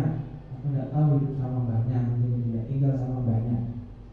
Jadi anak tersebut merasa kebutuhan bertahan hidupnya kurang terpenuhi sehingga melakukan tindakan meminjam. Maka dari itu Bapak Ibu, inti daripada kebutuhan dasar manusia itu adalah apabila anak melakukan suatu tindakan yang kurang tepat, berarti ada kebutuhan dasar manusia yang belum terpenuhi. Contoh, anak itu kok aktif kesana kemari, pasti ada kebutuhan dasar yang memang belum terpenuhi daripada anak tersebut, atau bahasa kitanya caper atau seperti apa kan gitu. Nah, mungkin ada anak yang memang sering bermain-main atau kurangnya perhatian sehingga anak melakukan tindakan tersebut, atraktif dan lain sebagainya, atau kasih sayang dan rasa diterima yang belum terpenuhi. Jadi Bapak Ibu, setiap tindakan anak itu selalu kita harus telusuri apa yang menjadi dasar anak itu berbuat seperti itu. Saya rasa ini satu pengetahuan baru yang bagus, sehingga kita tidak menghakimi anak tersebut langsung, menghukum anak tersebut secara langsung, ya. Jadi kebutuhan dasar manusia ada 5, ada bertahan hidup, kebebasan, kesenangan, penguasaan, kasih sayang dan rasa diterima. Jadi seperti itu Bapak Ibu ya. Jadi kita sebagai seorang pemimpin pembelajaran di kelas sudah mungkin menjadi pemimpin pembelajaran yang berpihak kepada murid. Lanjut Pak Sunu. Nah, selanjutnya kita masuk 5 posisi kontrol. Lanjut Pak Sunu. Nah, ini ada video, kita kembali lihat dan kecepatan 1 kali 5 Pak Sunu biar agak dekat. Berapa? 1,5. Nah, 5 posisi kontrol. Kita lihat bersama-sama ya. Salam bahagia Ibu dan Bapak Guru hebat. Dalam penerapan disiplin positif restitusi, salah satu program yang dikembangkan adalah 5 posisi kontrol. 5 posisi kontrol dalam restitusi adalah proses perjalanan seorang didik yang dapat mengenali diri. Pada video kali ini, kita akan membahas tentang 5 posisi kontrol yang dikembangkan oleh dari dosen dan kelompok penerapannya. 5 posisi kontrol itu adalah 1. Posisi hukum, 2. Posisi pembuat masalah besar, 3. Posisi imam, 4. Posisi pemantau atau monitor, dan 5. Posisi pendek. Untuk 5 posisi tersebut, mari kita saksikan kasus sendiri yang menambahkan 20 menit sekarang dan bagaimana 5 posisi dalam menghadapi masalah tersebut. Turunkan dulu ke 1,5. Nah, terima kasih Pak Sunu.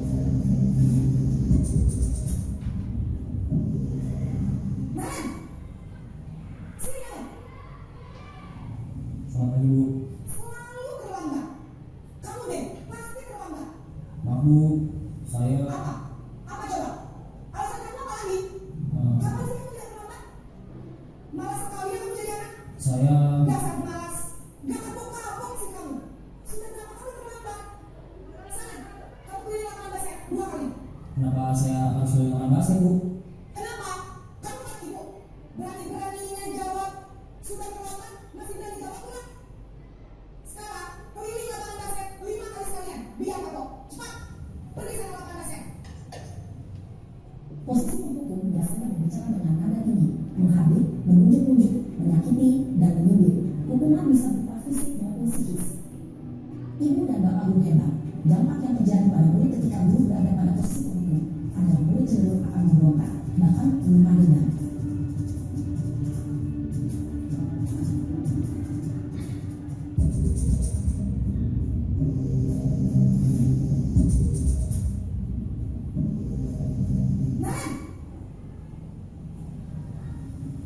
Selamat pagi Bu. Naren, kamu kenapa terlambat lagi, nak? Ya Tuhan, Naren, kamu senang gak bikin ibu susah ya? Kalau kamu terlambat lagi, nanti ibu yang tegur bapak kepala sekolah, nak. Disangka ibu dan sempina kamu. Duh, gimana ini? Maaf Bu. Duh, Gusti Naren, kamu suka ya kalau ibu tegur bapak kepala sekolah? Terus, sekarang ibu harus tulis apa ya ibu absen? Ini kamu sudah sering terlambat loh. Ibu harus apa coba? Maaf Bu. Maaf sekali. Ya sudah, lain kali jangan bikin ibu susah lagi ya, nak ya. Ibu tidak akan apa-apa lagi kalau kamu gini terus. Bisa jantungan kalau ibu tegur bapak kepala sekolah. Sana cepat, kelas. Maaf ya Bu. Maaf sekali. Posisi pembuat rasa bersalah berbicara dengan nada tenang, cenderung lembut, namun kata-kata yang diutarakan membuat murid merasa menjadi orang yang gagal, memandang buruk tidak berharga dan tidak sanggup membahagiakan orang lain. Ketika guru mengambil posisi pembatasan salah, murid akan menganggap dirinya yang bersalah dan ia akan menyimpan emosi negatif tersebut di dalam dirinya.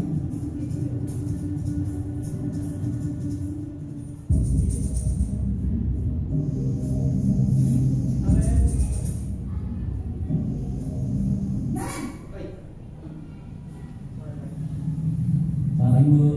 Wah, sudah jam berapa ini, Nay? Terlambat lagi ya, sayang. Iya Bu, habis ibu saya lupa bangunkan saya Bu. Kamu malah menyalahkan ibu kamu. Kamu bukan yang ngapain kencang. Kok terlambat sih? Iya Bu, saya memang terlambat bangun tadi. Jadi biarpun saya kencang, tetap nggak kerja Bu. Ya sudah sana. Nanti lain kali larinya lebih kencang lagi ya. Biar gak terlambat lagi. Bikin seneng ibu. Demi ibu. Bisa kan? Bisa Bu. Ya sudah sana ke sekolah. Ibu beresin urusan absen kamu. Kamu ingin ada saja. Dalam posisi teman, guru berbicara dengan nada suara ramah atau cenderung istilah untuk menjaga suasana tempat santai. Murid akan merasa senang, aman, dan akrab dengan guru. Identitas yang tercipta adalah identitas sukses atau berhasil. Namun, perlu diingat, karena ini masih dominan eksternal, maka ada faktor ketergantungan dari murid kepada orang tertentu. Di sini, guru aksennya, sehingga dari waktu, murid bisa berperilaku baik, namun hanya kepada orang-orang tertentu saja.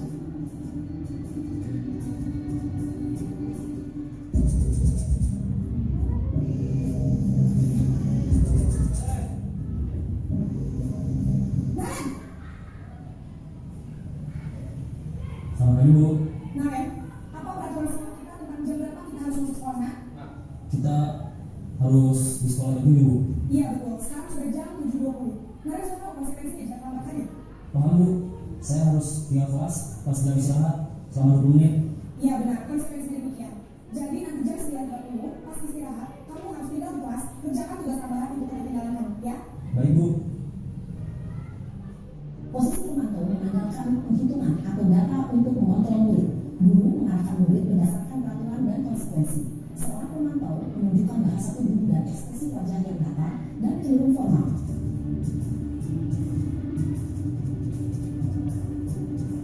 Arya, mikir.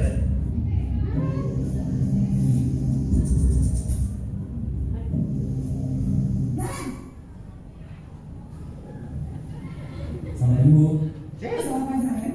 Kecil. Maaf Bu, saya lambat. Iya, sekolah masuknya jam 7, sekarang sudah jam 7.20. Jadi sekarang bagaimana ya, Naren? Maaf Bu, saya lupa salah alarm saya semalam. Baiklah, menurut kamu, kira-kira sekolah yang mana yang perlu kamu tingkatkan? Menghargai diri sendiri dan orang lain mungkin Bu. Setuju. Jadi, apakah Naren meyakini prinsip saling menghormati tersebut? Iya Bu, saya meyakininya. Apakah Naren bersedia memperbaiki masalah keterlambatan ini? Bersedia Bu. Bagaimana kamu akan memperbaiki masalah keterlambatan ini?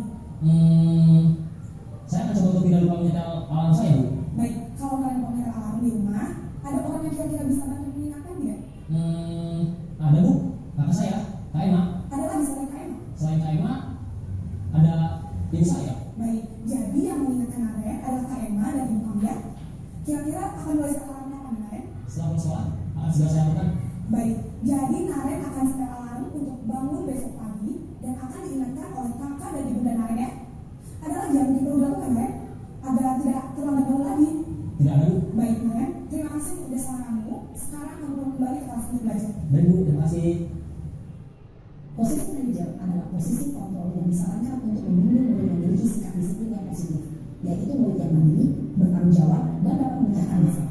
Tujuan dari posisi ini adalah agar murid dapat berefleksi atas tindakannya.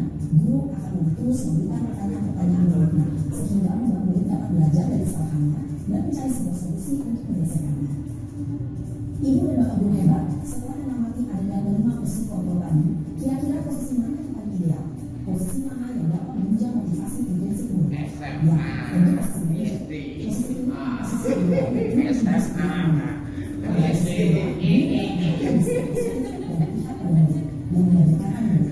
perjalanan seorang guru tentunya tidak mudah untuk sampai pada posisi seorang manajer. Namun, tujuan kita pasti, yaitu menciptakan murid-murid yang mandiri, merdeka, dan bertanggung jawab. Semoga penggambaran 5 posisi kontrol yang telah diperlihatkan ini dapat menjadi ajang refleksi bagi kita semua, agar dapat terus mengasah dan menerapkan disiplin positif yang memerdekakan murid. Mari terus berlatih dan bersemangat. Selamat menerapkan. Salam yang bahagia, Ibu dan Bapak Guru hebat. Baik, Bapak Ibu, tadi kita sudah lihat video mengenai 5 posisi kontrol. Ada yang pertama tadi posisi sebagai penghukum, ada posisi sebagai pembuat rasa bersalah, ada posisi sebagai teman, kemudian ada posisi sebagai pemantau, dan ada juga posisi sebagai manajer. Nah, kira-kira dari video tadi dan contoh cuplikan tadi, kira Bapak Ibu tanyakan dalam diri Bapak Ibu, kira-kira saya itu masuk ke posisi kontrol yang mana? Oh, 1, Wenda posisi 1 katanya. Sebagai apa tadi? Penghukum. Oke, beda nih. Sebagai penghukum. Sehingga memposisikan diri sebagai posisi penghukum. Karena mungkin yang jaga anak-anak ya, kelas 3 dan lain sebagainya. Kemudian ada lagi tadi sebagai seorang manajer. Tadi Bu Feni menyampaikan sebagai posisi kontrolnya apabila menghadapi murid yang bermasalah, Bu Feni memposisikan diri sebagai seorang manajer. Ada lagi mungkin Bapak Ibu. Nomor 2 sebagai pembuat rasa bersalah. Pembuat rasa bersalah, saya rasa kita pun sebetulnya juga sering dari kelima posisi kontrol tersebut kita sudah sering menghadapinya, saya rasa. Ada tadi sebagai seorang teman, yang nomor 3 juga ada. Jadi Bapak Ibu yang diharapkan pada kurikulum Merdeka ini, tujuan daripada pendidikan kita apabila menangani suatu tindakan masalah yang dilakukan oleh anak, kita setidaknya bisa memposisikan diri di posisi kontrol sebagai seorang manajer. Dengan tujuan apa Bapak Ibu? Tadi menumbuhkan keyakinan daripada anak tersebut, sehingga anak itu mencari sendiri keyakinan apa yang harus saya tingkatkan, yang harus saya tumbuhkan, yang harus saya timbulkan pada saat saya melakukan tindakan yang kurang tepat tersebut. Kemudian juga seorang posisi kontrol sebagai manajer juga bisa memancing untuk bisa anak-anak itu berpendapat sendiri, menemukan solusinya.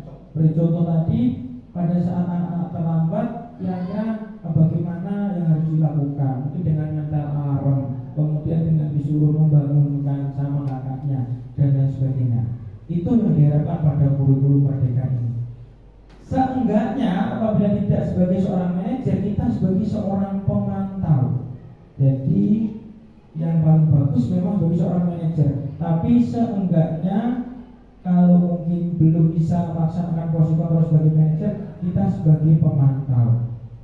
Mungkin kita harus mencoba menghindari posisi kontrol sebagai seorang penghukum Bapak Ibu, sebagai pembuat rasa bersalah, sebagai seorang teman. Karena tadi dijelaskan ada kelebihan dan kekurangannya. Jadi yang hampir pasti mungkin bahasa sempurna dan baik itu adalah posisi seorang manajer. Kita sebagai seorang pemimpin pembelajaran di kelas harus bisa menerapkan posisi kontrol sebagai seorang manajer. Lanjut Pak Sumu. Kita masuk ke tahapan segitiga restitusi. Ada 3 tahapan segitiga restitusi, yaitu yang pertama, sebelumnya apa itu segitiga restitusi, kemudian tindakannya apa.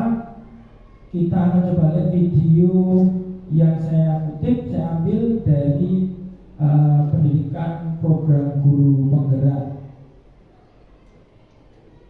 yang sudah saya masukkan ke dalam presentasi saya. Ini maksudnya penerapan segitiga restitusi. Membahas tentang satu program disiplin positif yang diterapkan di lingkungan sekolah yang dikenal dengan nama restitusi.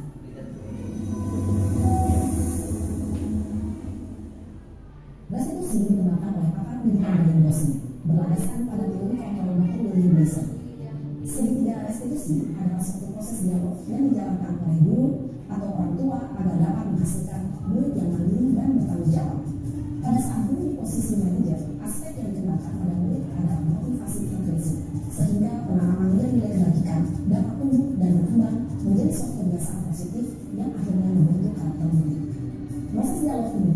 ketiga langkah yang digambarkan pada ketiga sisi pada segitiga restitusi. Sisi pertama adalah menstabilkan identitas. Sisi yang kedua adalah validasi tindakan yang salah. Dan sisi yang ketiga adalah menanyakan keyakinan. Ibu dan bapak guru berikut ini akan ditunjukkan bagaimana seorang guru berada dalam posisi manajer menggunakan penerapan segitiga restitusi.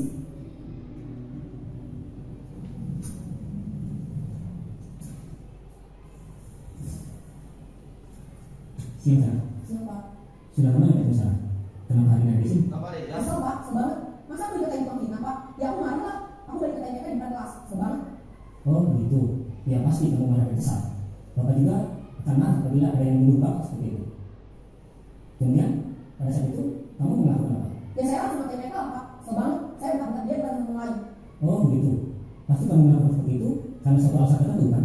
Iya pak. Saya jam saja pak. Ya saya ada diri lah. Masa saya dikatain pembina? Ya wajar lah. Mempertahankan harga diri itu sesuatu yang penting buat kamu. Untung kamu tidak lebih lagi. Hanya minta-minta. Iya pak. Untung saya masih bersabar dan hanya meminta saja. Sudah gemes padahal saya pasti ada diri lah. Ya pasti ya. Tapi kamu memilih untuk tetap bertahan dan bersabar. Kamu memilih untuk tidak berbuat lebih parah lagi kan? Iya. Nah, sekarang coba kita lihat lagi. Tindakan kamu yang minta ikan kelas. Tindakan kamu itu kira-kira sesuai dengan keyakinan kelas atau prinsip kamu tidak? Enggak lah pak. Capek pak jadi pemarah. Jadi keyakinan atau prinsip mana yang bersesuaian dengan keyakinan kamu? Ya saya sebenarnya sangat menghargai orang lain. Mungkin saat itu saya menjadi emosi. Jadi tidak menyukai sikap itu. Kamu yakin tidak? Menghargai orang lain itu penting buat kamu? Yakin lah pak. Iya, setuju. Kita harus saling menghargai. Namun, ada juga keyakinan yang kita sepakati yang kamu tidak jalankan apabila kita sedang marah kan? Ya saya bisa lebih proaktif. Mulai dengan diri sendiri. Saya bisa jadi lebih sabar, mengambil waktu jeda untuk berpikir mau apa selanjutnya. Kira-kira kamu bersedia memperbaiki masalah ini tidak? Sedia pak. Kalau kamu memperbaiki masalah ini, kamu akan menjadi orang seperti apa? Saya akan menjadi orang yang bertanggung jawab kali ya pak. Dan senantiasa proaktif. Iya, menurut kamu bagaimana rasanya menjadi orang seperti itu? Dan memang lah bangga bisa sabar dan menahan diri. Baiklah kalau begitu. Yuk kita pikirkan bagaimana memperbaiki masalah ini.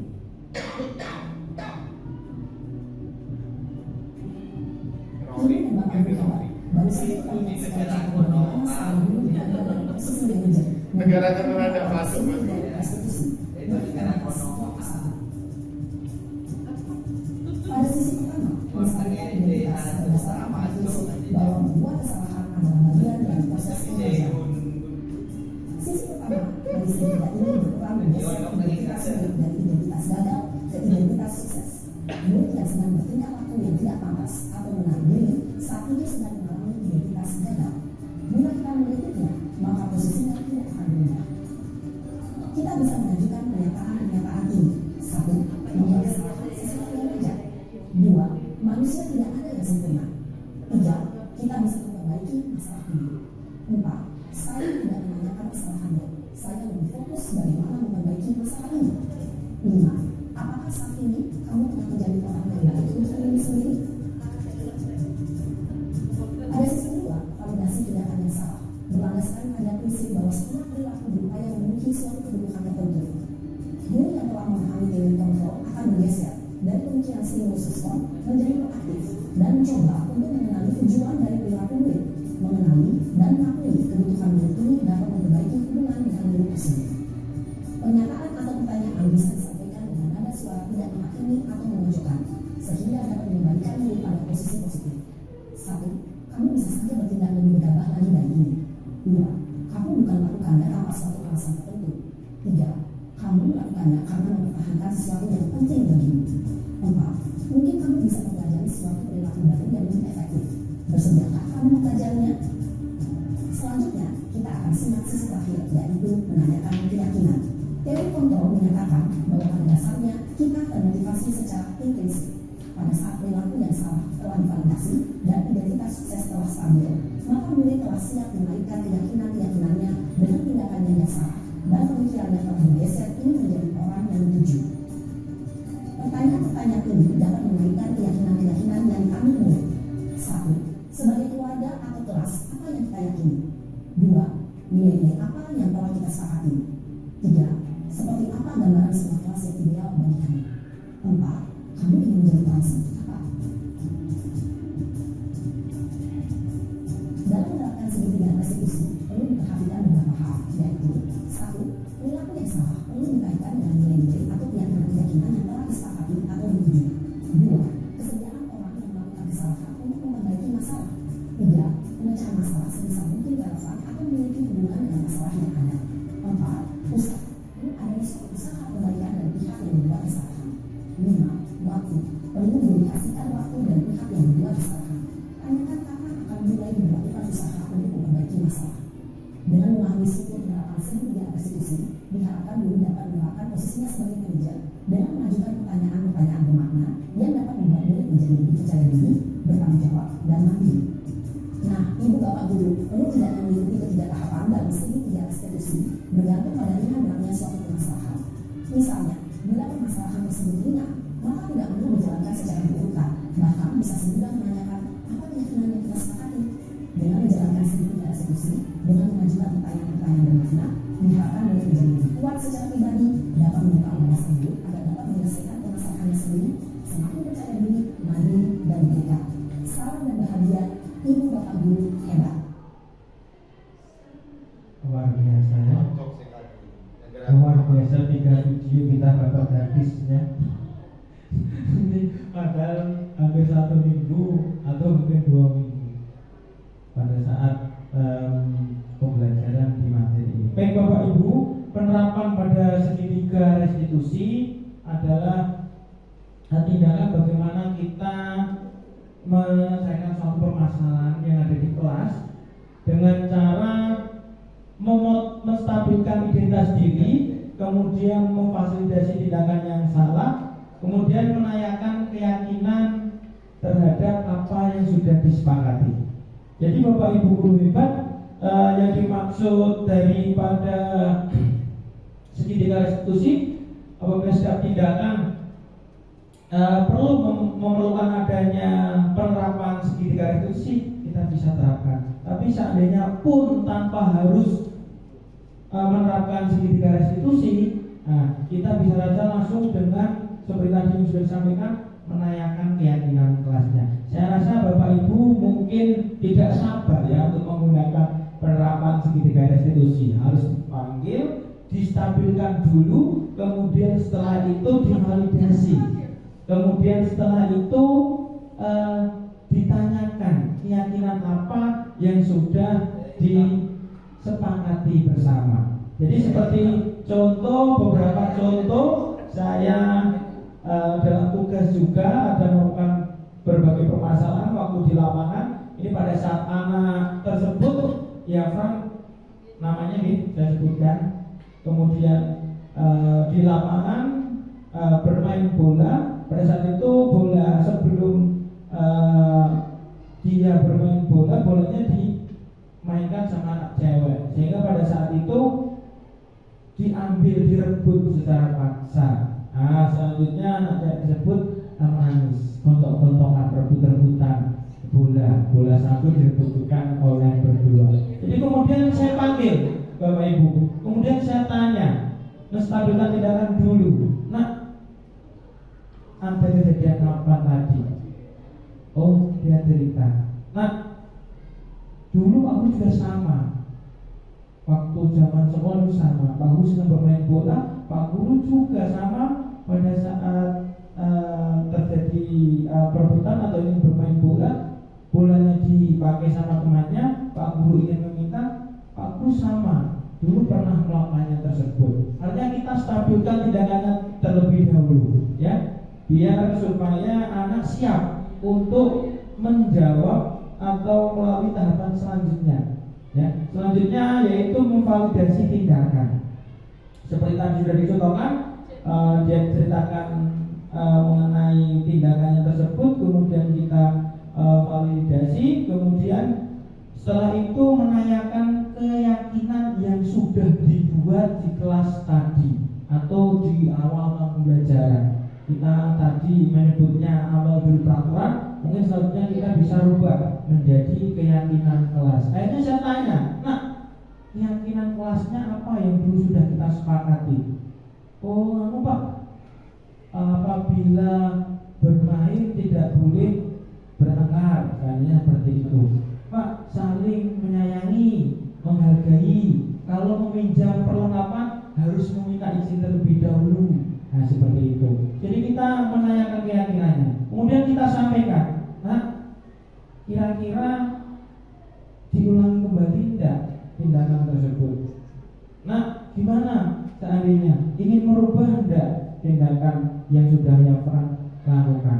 Akhirnya dia menemukan solusi, kemudian dia akan meyakini keyakinan tersebut harus ditaati, dipatuhi. Saya rasa tahapan restitusi ini baru pada kita, terutama kita di sekolah dasar nih, karena menghadapi anak-anak yang luar biasa, terutama kelas kecil, sehingga kita sudah tidak sabar rasanya. Tapi Bapak Ibu, saya sampaikan tahapan ini sangat bagus untuk memancing anak berwawasan, mengutarakan pendapatnya, kemudian untuk menanyakan keyakinannya, kemudian untuk menumbuhkan nilai-nilai yang ada dalam dirinya, sehingga anak tersebut meyakini nilai kebajikan itu betul, sehingga anak tersebut meyakini bahwa tindakan yang dilakukan itu kurang tepat, sehingga secara sadar diri anak tersebut akan menghindari tindakan-tindakan yang kurang tepat.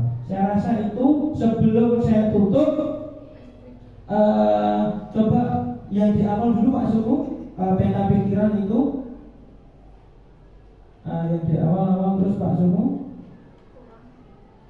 yang di awal, bawahnya Pak Suku itu. Nah, jadi Bapak Ibu mungkin di awal tadi maksud dari budaya positif itu seperti apa. Jadi tadi yang sudah kita semua pelajari ya, kita sharing istilahnya. Jadi dalam membentuk budaya positif tadi ada beberapa tahapan, ada beberapa aspek yang harus kita laksanakan. Di dalam sebelah kanan itu, diagram sebelah kanan atau kolom sebelah kanan, mengenai disiplin positif, teori motivasi, penghukuman, penghargaan dan motivasi itu bertujuan untuk membentuk keyakinan kelas. Pada saat kita sudah mempunyai keyakinan kelas, sehingga kita akan menerapkan ke dalam kehidupan kesehariannya dengan murid-murid. Kemudian pada saat di sebelah kanan, di bagian kanan, mengenai kebutuhan dasar manusia, 5 posisi kontrol dan segitiga restitusi, itu pun juga menjadi bagian dalam penerapan budaya positif. Ya, artinya menyikapi tindakan-tindakan anak yang kurang tepat, sehingga kita akan melakukan tahapan segitiga restitusi. Kemudian selanjutnya setelah keyakinan kelas itu terbentuk, disepakati, kemudian diyakini dan tidak ada kendala masalah yang berlebihan, maka budaya positif itu secara alamiah akan terbentuk pada diri setiap anak. Jadi saya rasa seperti itu. Bapak Ibu yang luar biasa, nampaknya sudah lemes, saya juga sudah lemes sih. Ya, jadi hari ini kita sharing tentang budaya positif. Tujuan daripada budaya positif seperti tadi yang sudah saya sampaikan. Jadi kurang lebihnya saya mohon maaf. Saya buka untuk forum diskusi. Diskusi mungkin tidak usah lama ya, 1 pertanyaan saja nih. Kalau ada pertanyaan, saya tutup dulu untuk yang forum ini. Air beriak perahu laju, situ bondo bergerak, Indonesia maju. Wassalamualaikum warahmatullahi wabarakatuh. Cukup? Gak ada pertanyaan? Terima kasih. Baik, kalau tidak ada Boleh tanya? pertanyaan, ada silakan. Tidak boleh, tidak boleh. Masih kotak sudah ada. Oke, siap. Sudah cukup, oke, Bapak Ibu. Saya rasa penyampaian diseminasi berbagai praktik baik budaya positif, tentang budaya positif sudah selesai saya sampaikan. Sekali lagi saya kembali sebagai pembawa acara menyampaikan banyak terima kasih kepada Bapak Ibu guru hebat yang telah meluangkan waktunya, kesempatannya pada kegiatan kali ini, dan juga kepada pihak sekolah terima kasih sudah memberikan dukungan, kemudian memberikan waktunya, memberikan perhatiannya untuk juga selalu mendorong, memotivasi dalam menyelesaikan program pendidikan guru penggerak. Sekali lagi saya selaku pembawa acara pada kegiatan kali ini, apabila banyak kekurangan, kesalahan, saya mohon maaf yang sebesar-besarnya. Terima kasih. Saya rasa ada tambahan? Tidak ada. Masukan mungkin Pak Walid? Oh, sebelumnya saya ingin, dengan tahu tadi tidak ada pertanyaan, hanya ingin refleksi daripada kegiatan kali ini yang akan disampaikan oleh Ibu Feni yang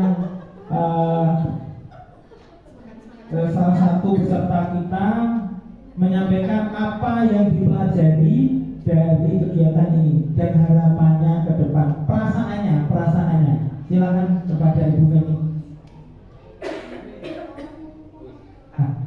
Kepada Bapak Walid, karena Ibu Feni berhalangan karena masih beberapa hari, jadi dilanjutkan oleh Bapak Walid. Kepada Bapak Walid. Terima kasih. Assalamualaikum warahmatullahi wabarakatuh.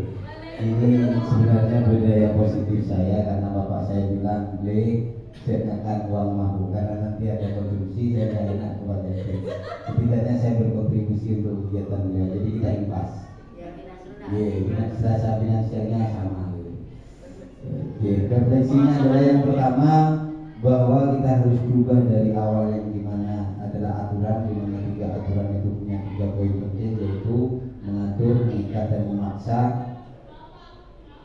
sehingga kita lebih humanity, lebih manusia, lebih menghargai orang lain. Bagaimana siswa itu mengatur disiplin dirinya, kemudian menjadi sebuah bentuk bagaimana budaya positif itu terjadi melalui beberapa hal yang sudah disampaikan, yang dipaparkan dari beberapa video juga, bahwa metode lama harus kita ganti dengan metode baru. Bagaimana menegakkan kedisiplinan siswa, meskipun sebenarnya ini agak susah karena memang contoh yang dipaparkan adalah contoh untuk usia anak yang lebih dewasa, sehingga mampu mengeluarkan hal-hal yang lebih kritis dari apa yang dipikirkannya. Sedangkan kita untuk anak SD cenderung lebih duluan nangis ketika ada hal-hal yang tidak sesuai dengan keyakinan yang mereka sepakati bersama. Mereka akan merasa bersalah, sehingga setiap apa yang kita katakan kepada mereka menjadi pukulan terhadap mental dan psikis mereka. Oleh karena itu, ini suatu hal yang baik, menanamkan budaya disiplin, budaya positif bagi kita di sekolah, terutama mengingat ini menjadi sebuah pengalaman pribadi bagi saya, Pak Jati. Mungkin teman-teman sudah paham bahwa dulunya kita ini, saya pribadi sudah terjerat beberapa kasus di mana hal-hal berbau punishment yang saya lakukan terlalu berat sehingga menimbulkan hal-hal yang tidak enak didengar dan enak dilihat. Oleh karena itu ini suatu hal yang baik, sehingga dalam kedepannya anak, baik anak maupun gurunya akan lebih terjalin suatu hubungan yang lebih erat, hubungan yang lebih positif di dalam dunia pembelajaran. Sementara itu saja Pak Jati, terima kasih atas ilmunya, terima kasih atas kesempatannya. Mohon izin nanti pada prosesnya dalam kegiatan sehari-hari kita tetap dipantau, dibantu untuk tetap pada mengikuti materi yang sudah disampaikan tadi. Terima kasih. Itu saja. Assalamualaikum warahmatullahi wabarakatuh. Waalaikumsalam warahmatullahi wabarakatuh. Luar biasa lagi dari Bapak Wakil Wali. Baik Bapak Ibu, nampaknya cukup ya, refleksi yang sangat bagus untuk menutup kegiatan pada pagi hari ini. Tapi alangkah lebih berkahnya kita tutup dengan doa ya. Baik Bapak Ibu, sebelum kita mengakhiri acara pada hari ini, komitmen kita terlebih dahulu dengan harapan apa yang telah kita pelajari tadi bisa menjadi tambahan ilmu yang bermanfaat untuk kita semua.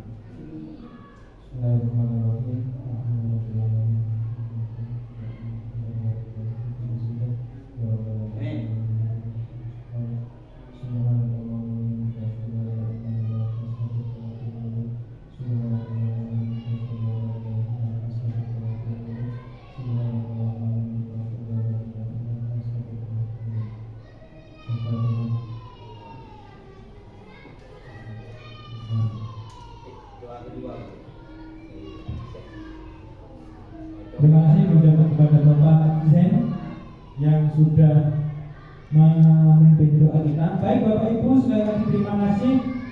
Semoga kita dapat bertemu di lain kesempatan. Saya tutup. Wassalamualaikum warahmatullahi wabarakatuh.